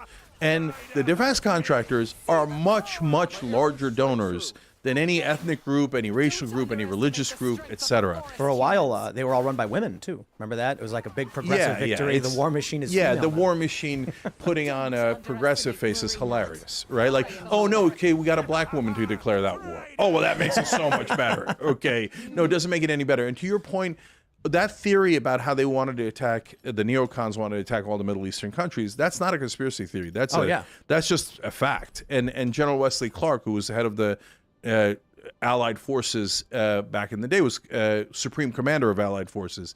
He said right after 9/11, there was 7 countries that they wanted to attack. The neocons have published those in the past, even before we got attacked on 9/11, that they wanted to attack those 7 countries. And their prize, their cherished prize, is Iran. So why do they want to attack Iran so badly? Number one, Iran doesn't have nukes. If you attack Russia or China, the defense contractors also live in LA and Washington, and they might get nuked, and they don't want that. So they pick on countries that don't have nukes and pretend they're going to have nukes, and they use that as an excuse. And is it just to make money for defense contractors? Well, that's a huge part of it, but that's not all. When you do a war in the Middle East, oil prices spike, you'll be paying $5 more per gallon. Yep. And the oil companies will make trillions of dollars. And this means your sandwiches cost more. It means your Yes. Coca-Cola costs more. Yes, Everything's we got all rent. get screwed. Yep. We all get screwed, and the guys at the top profit off of the deaths and the oppression of the American people, let alone the civilians that live in those areas. And what people need to understand is the cost of goods to the ultra wealthy doesn't matter. What matters is how Yes. much of the goods they control. Yes, So that's right. When you've got billions of dollars in stocks or assets, you're not thinking about the cost of milk. They don't care about the cost of gas at all. It could it's be a drop in the bucket to them. But their stock market portfolio going up when defense contractor and oil contractor prices go up makes a giant difference. What we're really talking about in the minds of the ultra the warmongers, the elites, is it's kind of like we'll force you to sell everything you own, buy it for pennies on the dollar, and then charge you 10 times more for it when you need it. Well, so we Tim, control more of the resources and more of your life and take from you. So I'll give you another example of that, because this is how corporate rule is crushing us all. We're like all in that trash compactor in Star Wars, and the walls are closing in on us, right? And that's why the right wing is so mad. And that's why I'm so mad at Trump and Steve Bannon misdirecting that anger toward their own benefit and making it racial and religious instead of focusing on, no, get the people in power. It's about the money. But Bannon agrees with you. Yeah, Bannon's full of crap. Okay, so then he says, oh, help me build a wall, and then takes the money and runs away. Anyways, there's long stories about Bannon and Trump. But Bannon notices the same thing you and I notice. And let's put aside whether he's honest about it or not, okay, because it's not important to the conversation. What's important is that the people in power here are squeezing us in so many different ways. And here's a really interesting example. In real estate, what the private equity guys realized, this happened about a decade ago, is, hey, wait a minute. The average American, the main source of wealth for them is what? Their houses, right? That is by far the #1 way to accumulate wealth in this country. Like, oh, wait a minute. If that's true, why don't we buy the houses and squeeze out the average American?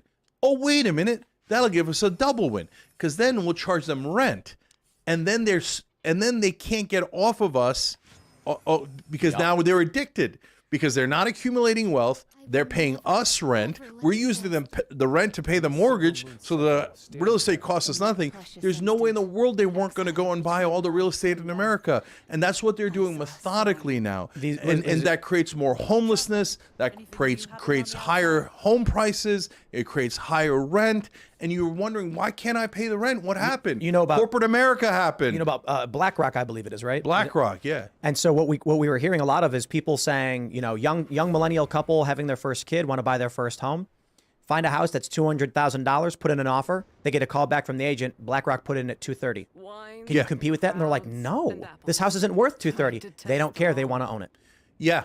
And so those private equity guys, they actually run the world. And I know, and their board members and their executives are crystal clear. They're on their websites. And don't go harass them. That's not the right way to do it. You change the system, right? But if you look there, you'll see they're every kind of race. They're every kind of religion. They got black folks, white folks, Jews, Muslims, Christians. Very diverse ripping They're you off. they're very diverse in ripping us off. So race and religion are a misdirection. When you say, hey, let's power down on the culture wars, you're exactly right, because the people up top are using the culture wars to rip us apart so we can't unite to fight back on the actual power and money issues. Have you seen there's a comic of a guy sitting in his office. Outside the window is a bunch of people holding up signs saying we are the 99%. And the guy in the office is on the phone, says, introduce identity politics. Yeah, that is exactly right. And look, to be honest, and again, right wings don't catch feelings, but the original identity politics was a Southern strategy. And that's what Nixon did once the Democrats voted for the Dixiecrats that were the original racists in the South and opposed the Republicans because they were the party of Lincoln, okay? Once Lyndon Johnson browbeat them into voting for the Civil Rights Act and the Voting Rights Act, Nixon and Pat Buchanan said this to me on MSNBC, okay, executed the strategy of let's go get those Southern voters. Now, the part they leave out is the Southern voters who don't want integration. They wanted segregation. Now, that's back then. It's not on you today. Don't take it personally, okay? But that launched identity politics. And then the Democrats jumped in with 2 feet. And they're like, Right. okay, I like this identity politics. Because that means if I am X, Y, or Z, name the group, right? Then I am owed something. Okay? No, but wait a minute, brother. What do you mean? Like, Ben Carson's black. He's not owed anything. What do you, like, I'm not going to make Ben Carson the Democratic president just because he's black. So why would I take your corporate stooge who happens to be black and say, oh, okay, then good enough just because they're black? It's a trick. Yep. And so when you say Jim Clyburn, who's one of the most corrupt members of Congress, is corrupt because he takes all this corporate donations and he serves those guys, they go, how dare you, Jim Clyburn is a respected elder African-American fighting for civil rights. You look into his record, he actually almost did nothing on civil rights.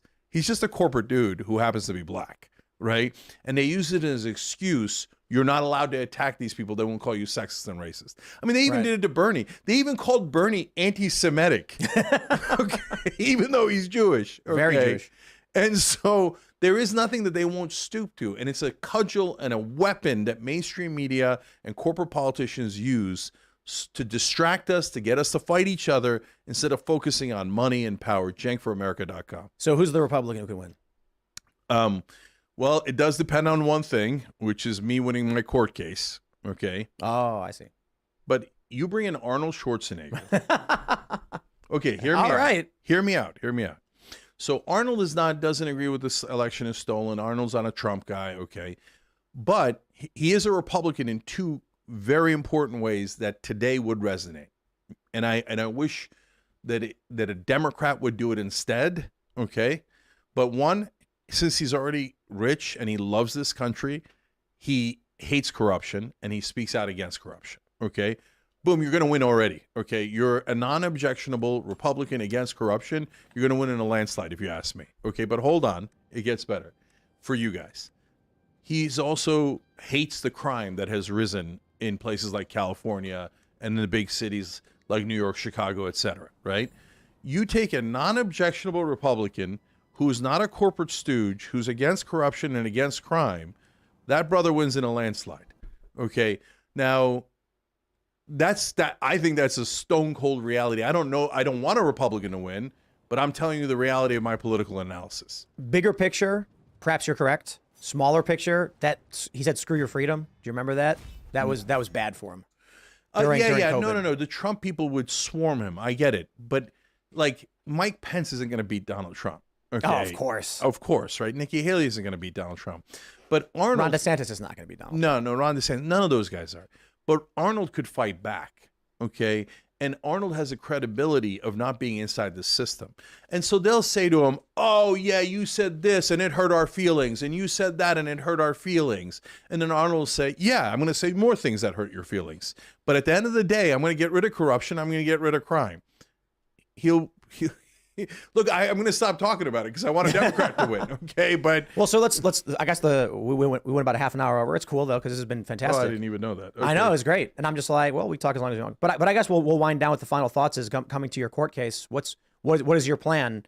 Yeah. I mean, you're where do you start the suit? Do you go straight to the Supreme Court? No, you can't. You got to go through a process. So first thing is you apply to get on the ballots, and we know that the great majority of the states are going to reject us in the beginning. That's part of the process, right?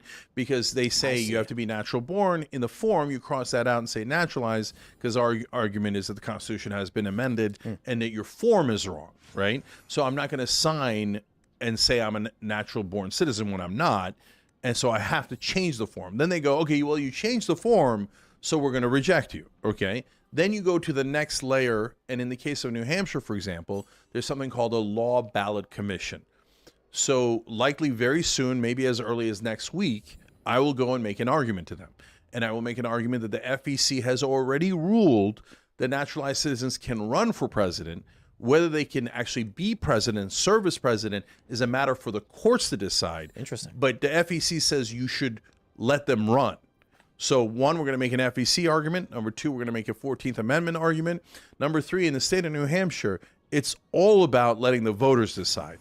So if the courts are going to decide the legal issue, why are you blocking the voters from having their say? And by the way, Biden is not on the New Hampshire ballot. I could win New Hampshire, okay? And that could be an amazing phenomenon. Imagine this anti-war, anti-corruption candidate shocks the world and wins New Hampshire. Okay. Now all of a sudden we're in a super interesting conversation. Let the courts do what they're going to do, but do not block me from getting on the ballot, because then you're blocking the voters, and the voters get a say in this. And so if the next step in the process is also rejected, then we file in court, and it goes up to district court, circuit court, and Supreme Court. The simple argument that Trump supporters should make is you'd split the support from Biden with the progressives, and so why not? I mean, my website, you're at least running for it. Yeah, I mean, my website's called BidenIsGoingToLose.com. Okay, so like I said, give $1 there if just as a protest, right? Let the guy go on the ballots, let the courts decide if he's eligible or not. And because it's elections, the courts expedite, and so they will decide before you get to vote.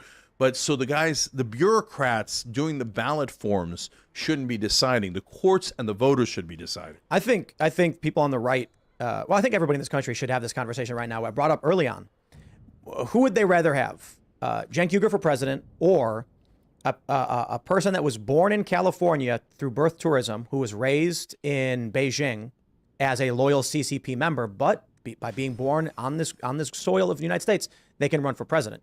I think everyone's going to be like, oh man, like a lot of conservatives say neither. But I'm saying if you had to choose, you'd realize you're better off with someone who was raised in this country, who believes in this country, even if you disagree on their politics, over someone who's literally raised entirely somewhere different.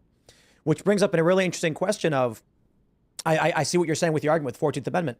If the argument then is to go in the entire other direction, which is to remove birthright citizenship, meaning you have to be born of American parents, well, then all you're doing is separating it by generation. Then you'll get someone who was born through birth tourism, who gets raised in China, and then has a kid, and that kid's never been in the United States, but they now have the right to be president.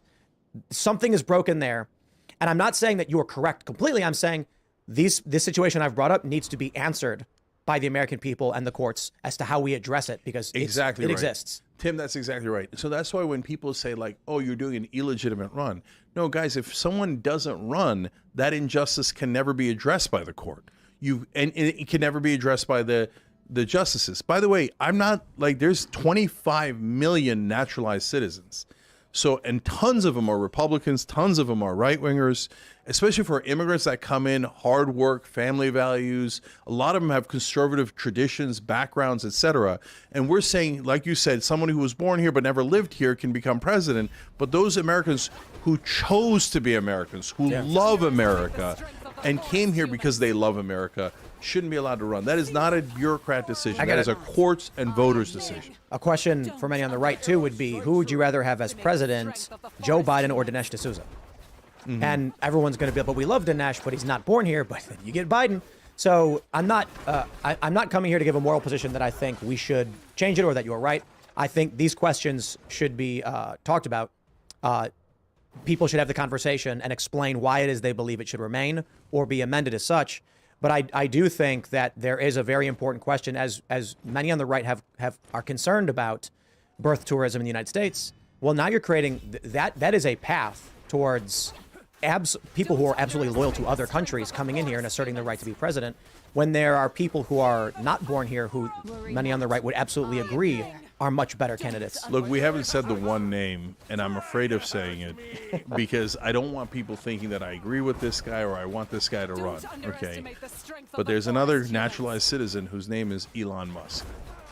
Okay, so I don't know about Elon for president. No, I don't want him. I don't want him as president. I don't want it, etc. So, but my guess is it's that a lot of people would say, why can't Elon run? What do we think? Elon's actually secretly loyal to South Africa and going to turn us over to the South Africans? Is Arnold, after all these years, going to somehow turn us over to the Austrian Empire? Like, this is absurd. It's totally, utterly absurd. Let alone all of us on the left that are naturalized citizens and members of Congress, etc. This will change when we run into someone raised in China, never spent any time in the United States, announces they're running for president. You're going to see a lot of people be like, whoa, hold on. That's not what we meant. It's like, well, they're following the rules. So again, I mean, I think we have to have a conversation about what our intention is with the Constitution as it is written, ultimately, I think it's going to require, I think you make an interesting argument. The 14th Amendment has already stated naturalized has those rights. The purpose of the 14th was basically at the end of slavery to say, this country must recognize all of these individuals have the same rights as everybody else. So, but again, I'm not here to answer this for everybody, but I certainly think someone's going to have that conversation soon. Yeah, but, so last thing on that, Tim, is think about why they put naturalized in the 14th Amendment. So for the people saying it's in the Constitution, the 14th Amendment is also in the Constitution, and the amendments win because they're amending the original Constitution. But why did they put the word naturalized in there? Because the slaves were not natural-born citizens. And no one thinks that after the 14th Amendment, the slaves couldn't run for president. That's absurd. Of course they could. Why? Because of the 14th Amendment. Yeah. Right?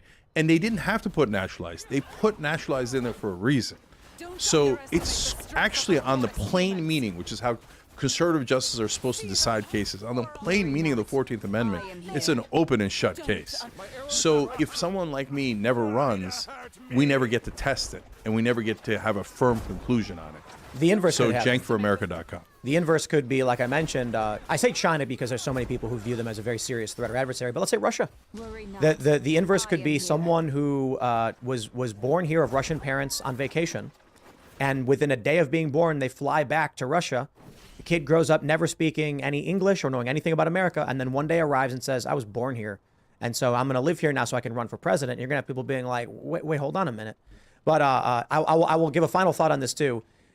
I'm imagining everybody was hoping that we were going to be screaming at each other the whole time. And we screamed a little bit, though. We gave them a little bit. Right, we gave them a little bit. But like this is what I want to tell people. Look, I'm trying to find solutions. So when it comes to like Israel-Palestine stuff, that's the hot issue right now. And a lot of the time, I'm not concerned with arguing about moral positions I don't know enough about. I'm interested in what can we do to solve these problems and move forward. One of the things that we do that we're working on is cast brew coffee in our coffee house. Why? It's not about me writing a bunch of books and putting these books in schools and countering a narrative, or it's about creating physical spaces where people can come together and talk to each other, because this is what I think helps repair the damage in this country. We used to have people gathering at churches. They used to gather at community centers. Now they're all online and they're all isolated from their neighbors. So I'm like, instead of just, look, we can argue all day and night. There's a lot of things we really do disagree on. But if we're going to fix the problems, we need to prioritize what we can solve. We had Max Blumenthal on the show. He made the same point. If everybody on the right and everyone on the left, not everybody, but the majority, say, hey, let's stop funding these foreign wars, how come we can't just solve that problem right now and then go back to arguing after that? And that's what I think we should be doing. So, and look, at some point, whether it's me, Arnold, or anyone else, it doesn't matter. We have to break through, and we have to get on in a way that mainstream media cannot deny us. So, and making these powerful cases in front of the entire country, and at that point, people will rally. Okay, but we need small leaders, we need large leaders, we need you doing what you're doing. I mean, again, it's amazing the similarity here, given our differences on other topics. But we have Two Strong Coffee. And, cool. Yeah, and so I don't give out the URLs to that or to the book or anything like that because I'm running for president. I don't want people thinking that it's about anything else, right? Yeah. But my point is, we're doing coffee too. That's a funny coincidence. But the main thing is, on Young Turks, especially in the bonus episodes for our members, what we keep telling them is go out in the real world and meet people, start having conversations, take a little bit of a risk, right? Hey, look. And start talking to conservative family members. Start re-engaging. We even shot a pilot at TYT of an American family that's split, and they refused to talk anymore because of politics. And we brought them back together. And we're not trying to split them up. We're trying to bring them back together. And it's an analogy for the American family. And what split us apart was media. They got us to fight on culture wars. They got us to hate each other. And because they wanted us distracted, because the reality is big business and big government got together and they're taking trillions of dollars of our money from out the back while we're distracted. It's just like a heist. Like, in the heist movies, the robbers set up a distraction somewhere else, the cops rush there, and then they rob the bank. A lot of people are making the Federalist argument. States' rights, let the states do what they want. And if the end result is red states say, blue states do your thing and live how you want to live, and we'll do our thing, and that results in the only actual federal level things that get solved will then be the things we all agree on, And then if you want to live in Colorado or Oklahoma because of your stance on abortion, you choose the state that fits you. It may result in us solving a lot of the federal level problems. I don't know if it's the solution, but I don't know. I guess we can, unless there's anything else you wanted to add before we wrap up and wind down. Yeah, no, just go out there and engage. And don't be careful about trusting leaders, whether it's Biden or Trump, right? And mainstream media will tell you, oh, Biden's an angel, Nancy Pelosi. Here's a last example, and then we'll wrap. Okay, like in the old days, the Republicans told you trust Mitch McConnell, and then the Democrats and mainstream media would say, no way, he's taking $1 billion from corporations. He's evil, right? And we all agree Mitch McConnell's evil, right? But the Republicans would defend him.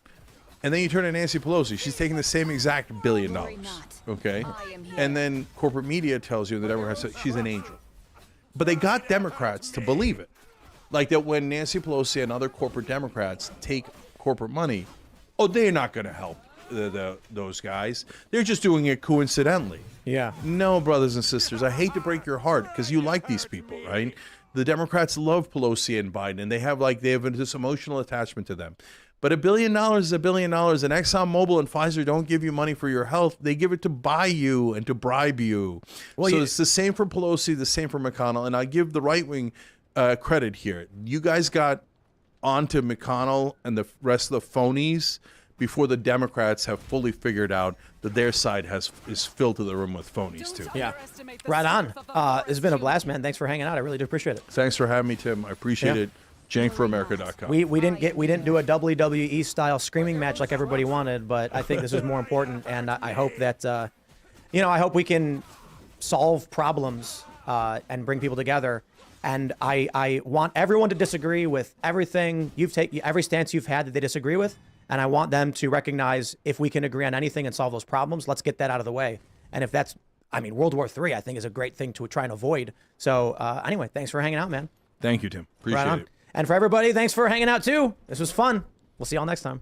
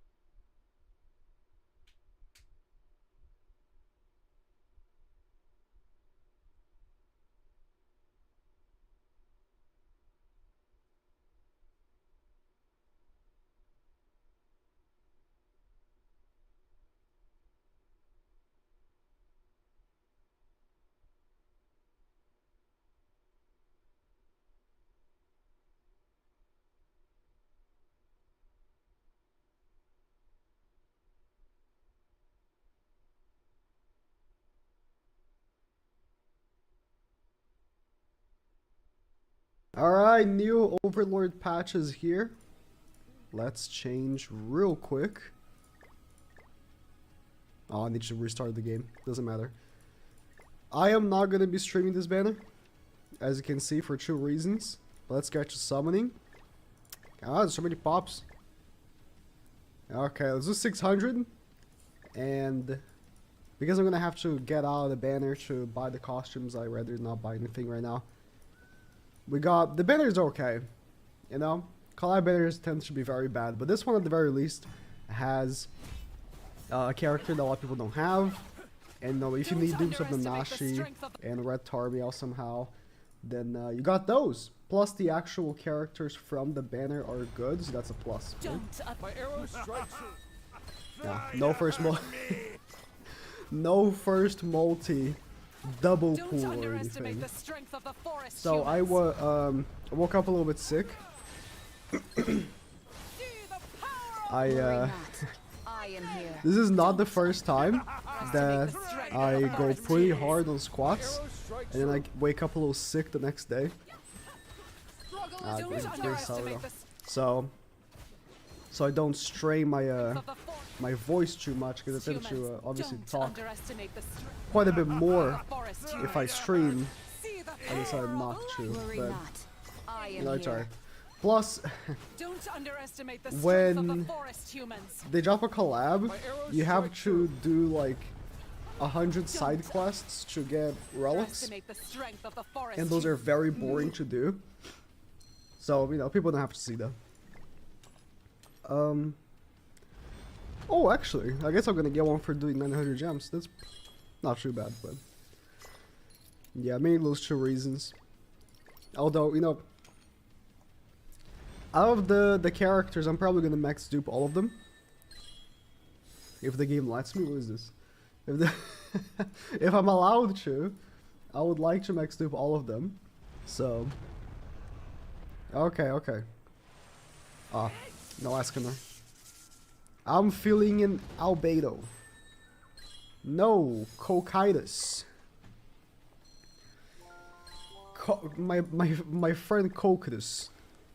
Coke. Other one? No. Not looking good. No. Not looking good. Oh yeah.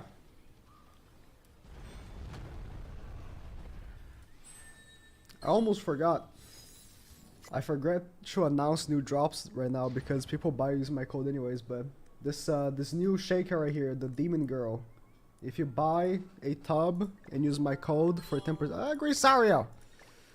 10% off, code NAG, you get the shaker for free. I am quite sure, unless I... Yeah, you get you get it for free. I'm still new to this whole YouTube thing, so... Can I... okay. He's free, but I'm still gonna 6-6 him, so I don't mind getting dupes. Should we restart the game? Restart the seed.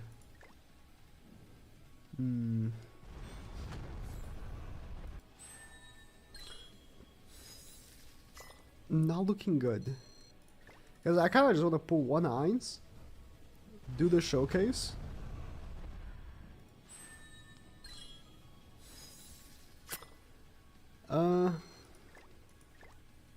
Is this gonna be like a big summoning video? It might end up being. Oh, shots here? Alright. I didn't think of the possibility of this just being a big summoning video.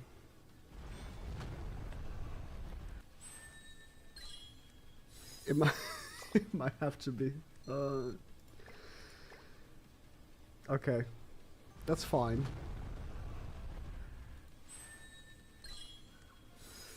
I can do a big summoning video, and at the end, I'll do one PvP match with the new characters to tease the showcase. I think they can work. Oh, Eins, alright. So I'll just pick out Beta. Cool. And I will be right back about the costumes. It was a very grueling process, but I managed to buy everything. Let's keep pulling. Buying stuff on JP is an adventure. Ooh. Arthur. Sick. Have I pulled more non-features than featured by now? Because I pulled a few Grisariels.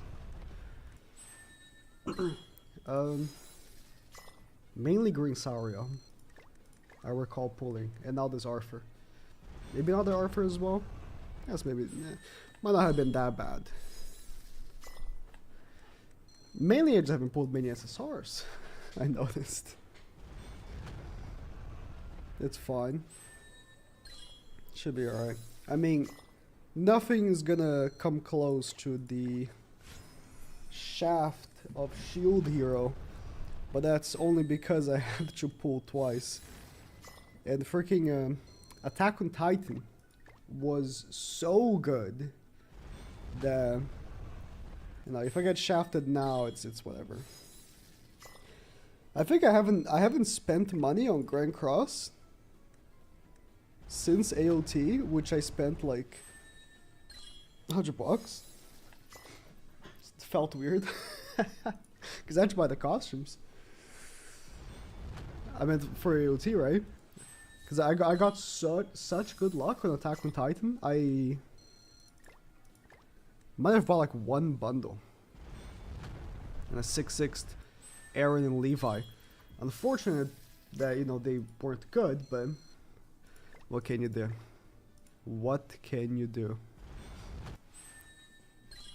Did I pull? Yeah, I pulled an Arthur. Did I pull a single SSR this half rotation? Ooh, Camilla. I pulled one Arthur. Sick. Okay, Lost Vein. I pulled Albedo. Yay. So, Albedo, right? I think she's the best unit this collab. There was a incorrect translation that her passive is at the beginning of turn, which it's not. It's the beginning of battle. If it was the beginning of turn, she would have infinite taunt and infinite damage reduction, but she does not. She actually only has that for the first turn, but it's still very, very good. That first turn is when you're gonna need the taunt and damage reduction, so Don't underestimate the strength of the it's not too forest bad. humans. See the power of Worry not. I am here. Unlike these summons, which are too bad. Try to hurt me! My god. Maybe I should just pause the video and I'll wake you guys up once I pull something. Did I pull one out of the 4 collab characters in this whole rotation? I am here. lightning. Sounds about right.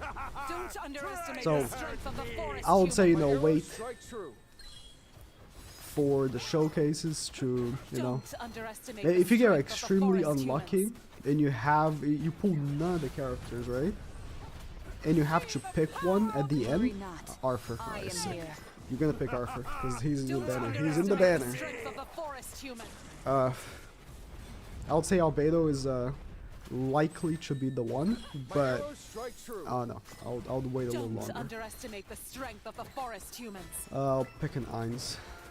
Actually, I forgot. I have a See the ticket. Great. 世界に広めようこの魔導王のもとにこそ永遠の繁栄 What's his voice があ act るという again? 豚は豚のままで生き Oh yeah, wait.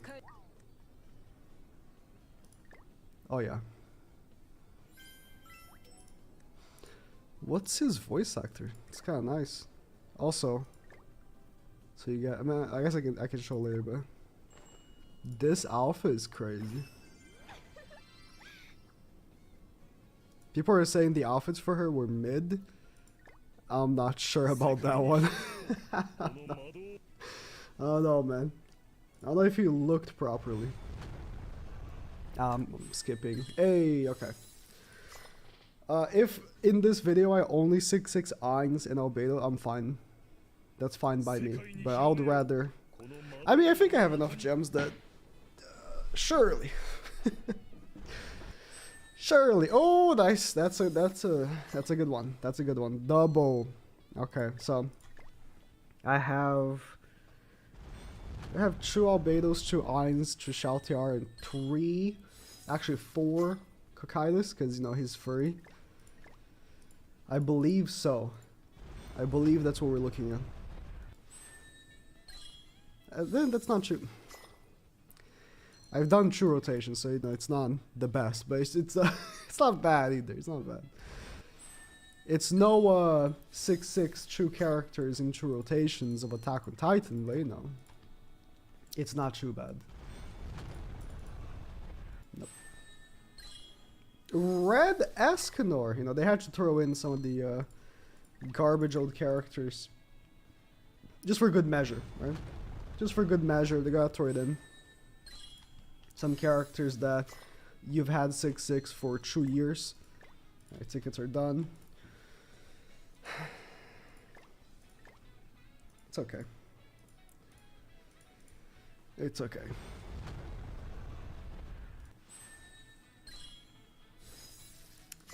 If those 2 are the only things I get in this whole rotation, I'll retract from the, oh, that's good. Likely, yes. It is unfortunately likely that that's gonna happen because the rates are so bad. So, I mean, you have a 1% chance of pulling a collab unit because it's 0.25 for each. So 4 times, you know, it's not the worst chance. If you do 10 multis, nah, she's sick, man. If you do 10 multis, which, you know, that's doing the 1%, 11 times 10, you should have pulled 1. You know? You should pull 1. Math, ooh, when it works, sick Arthur, bro. When math works, it tells you that you should have pulled 1. So I guess math would also tell me that having pulled 2 in the first multi, that equates to pulling 1 every 10, so a whole rotation. Not good. Not good. Not good.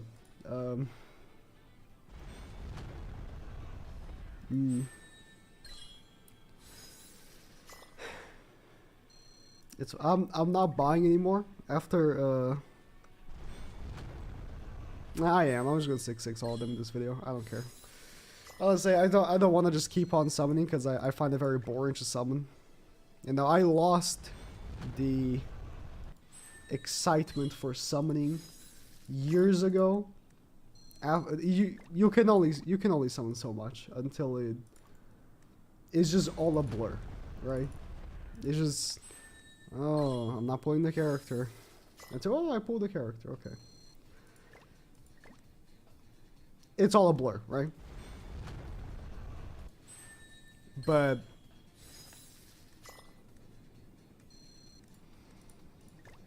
since this is a more summoning than showcase video, although I'll play like 3 or 4 matches using all 3 together, and then I'll make the individual proper showcases. I think I would like to do it like that. So this video will have a good amount of showcasing as well. But come on, the seed has been reset, so you know it's not my seed that is bad, okay?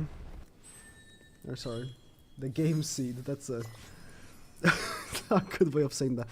It's not the game seed that's bad, okay? I guess it is me. It might just be me. I need 3 more Eins, 4 more Albedos. Am I mistaken? Have I... Oh, there she is. Have I pulled 1 Albedo that I'm not counting? I might have. I'm going to go back and recount. I didn't get that great of sleep either, so my brain might be flickering. My brain signals might be getting interrupted. Green, bro, the amount of green Sauriels and red Arthurs is outstanding. Sick, even.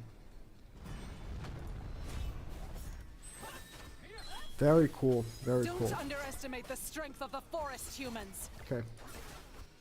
Let me, after this guarantees a SAR, let me take a look at what we're looking at. Nanashi. All the guarantees SARs was unfeatured garbage. That's cool. This is the collab tab. So Eins is looking at 3-6, so we do need 3 more. Albedo is looking at 4-6, so we need 2 more. RSS Alpha is pretty good. Let me take a look. Holy shit. Is this allowed? Shelter, I'm pretty sure only have 2. Yeah. I'll be right back. Alright, let's proceed. I'm feeling considerably worse than I did at the beginning in terms of hope. I think this is actually my last time I buy stuff, because video's getting a bit long. I'm actually have to finish off camera. Oh, beta. She just needs one. Okay.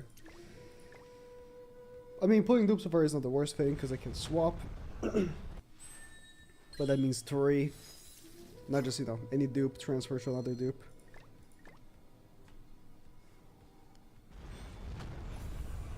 The long breaks to buy stuff have been pretty good. So I can rest my throat a little. At the very least. Okay. Like I said, if I had to stream, it would have been awful. Cause I feel bad when I'm streaming. Even like I have no downtime. So I keep talking all the time. Or else my ADHD viewers are gonna click off. There's nothing happening on screen. I'm like in the middle of summoning, there's people spamming, go play PvP, man. It's boring. God, bro, I'm still summoning. Calm down. Okay.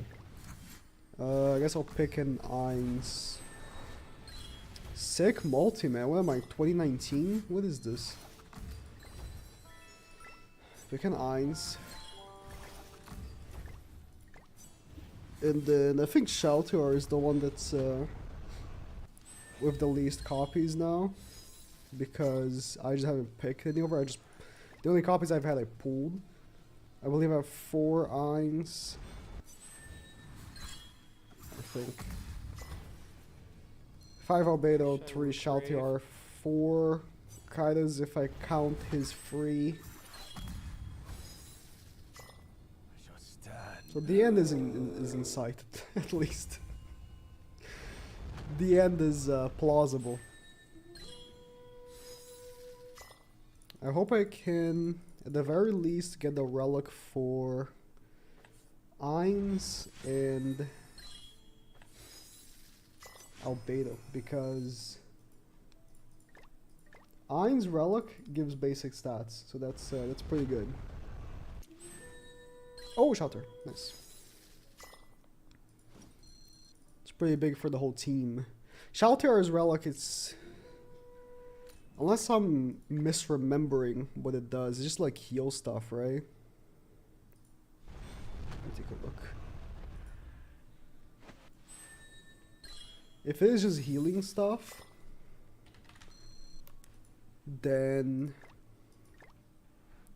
it doesn't matter. Trevor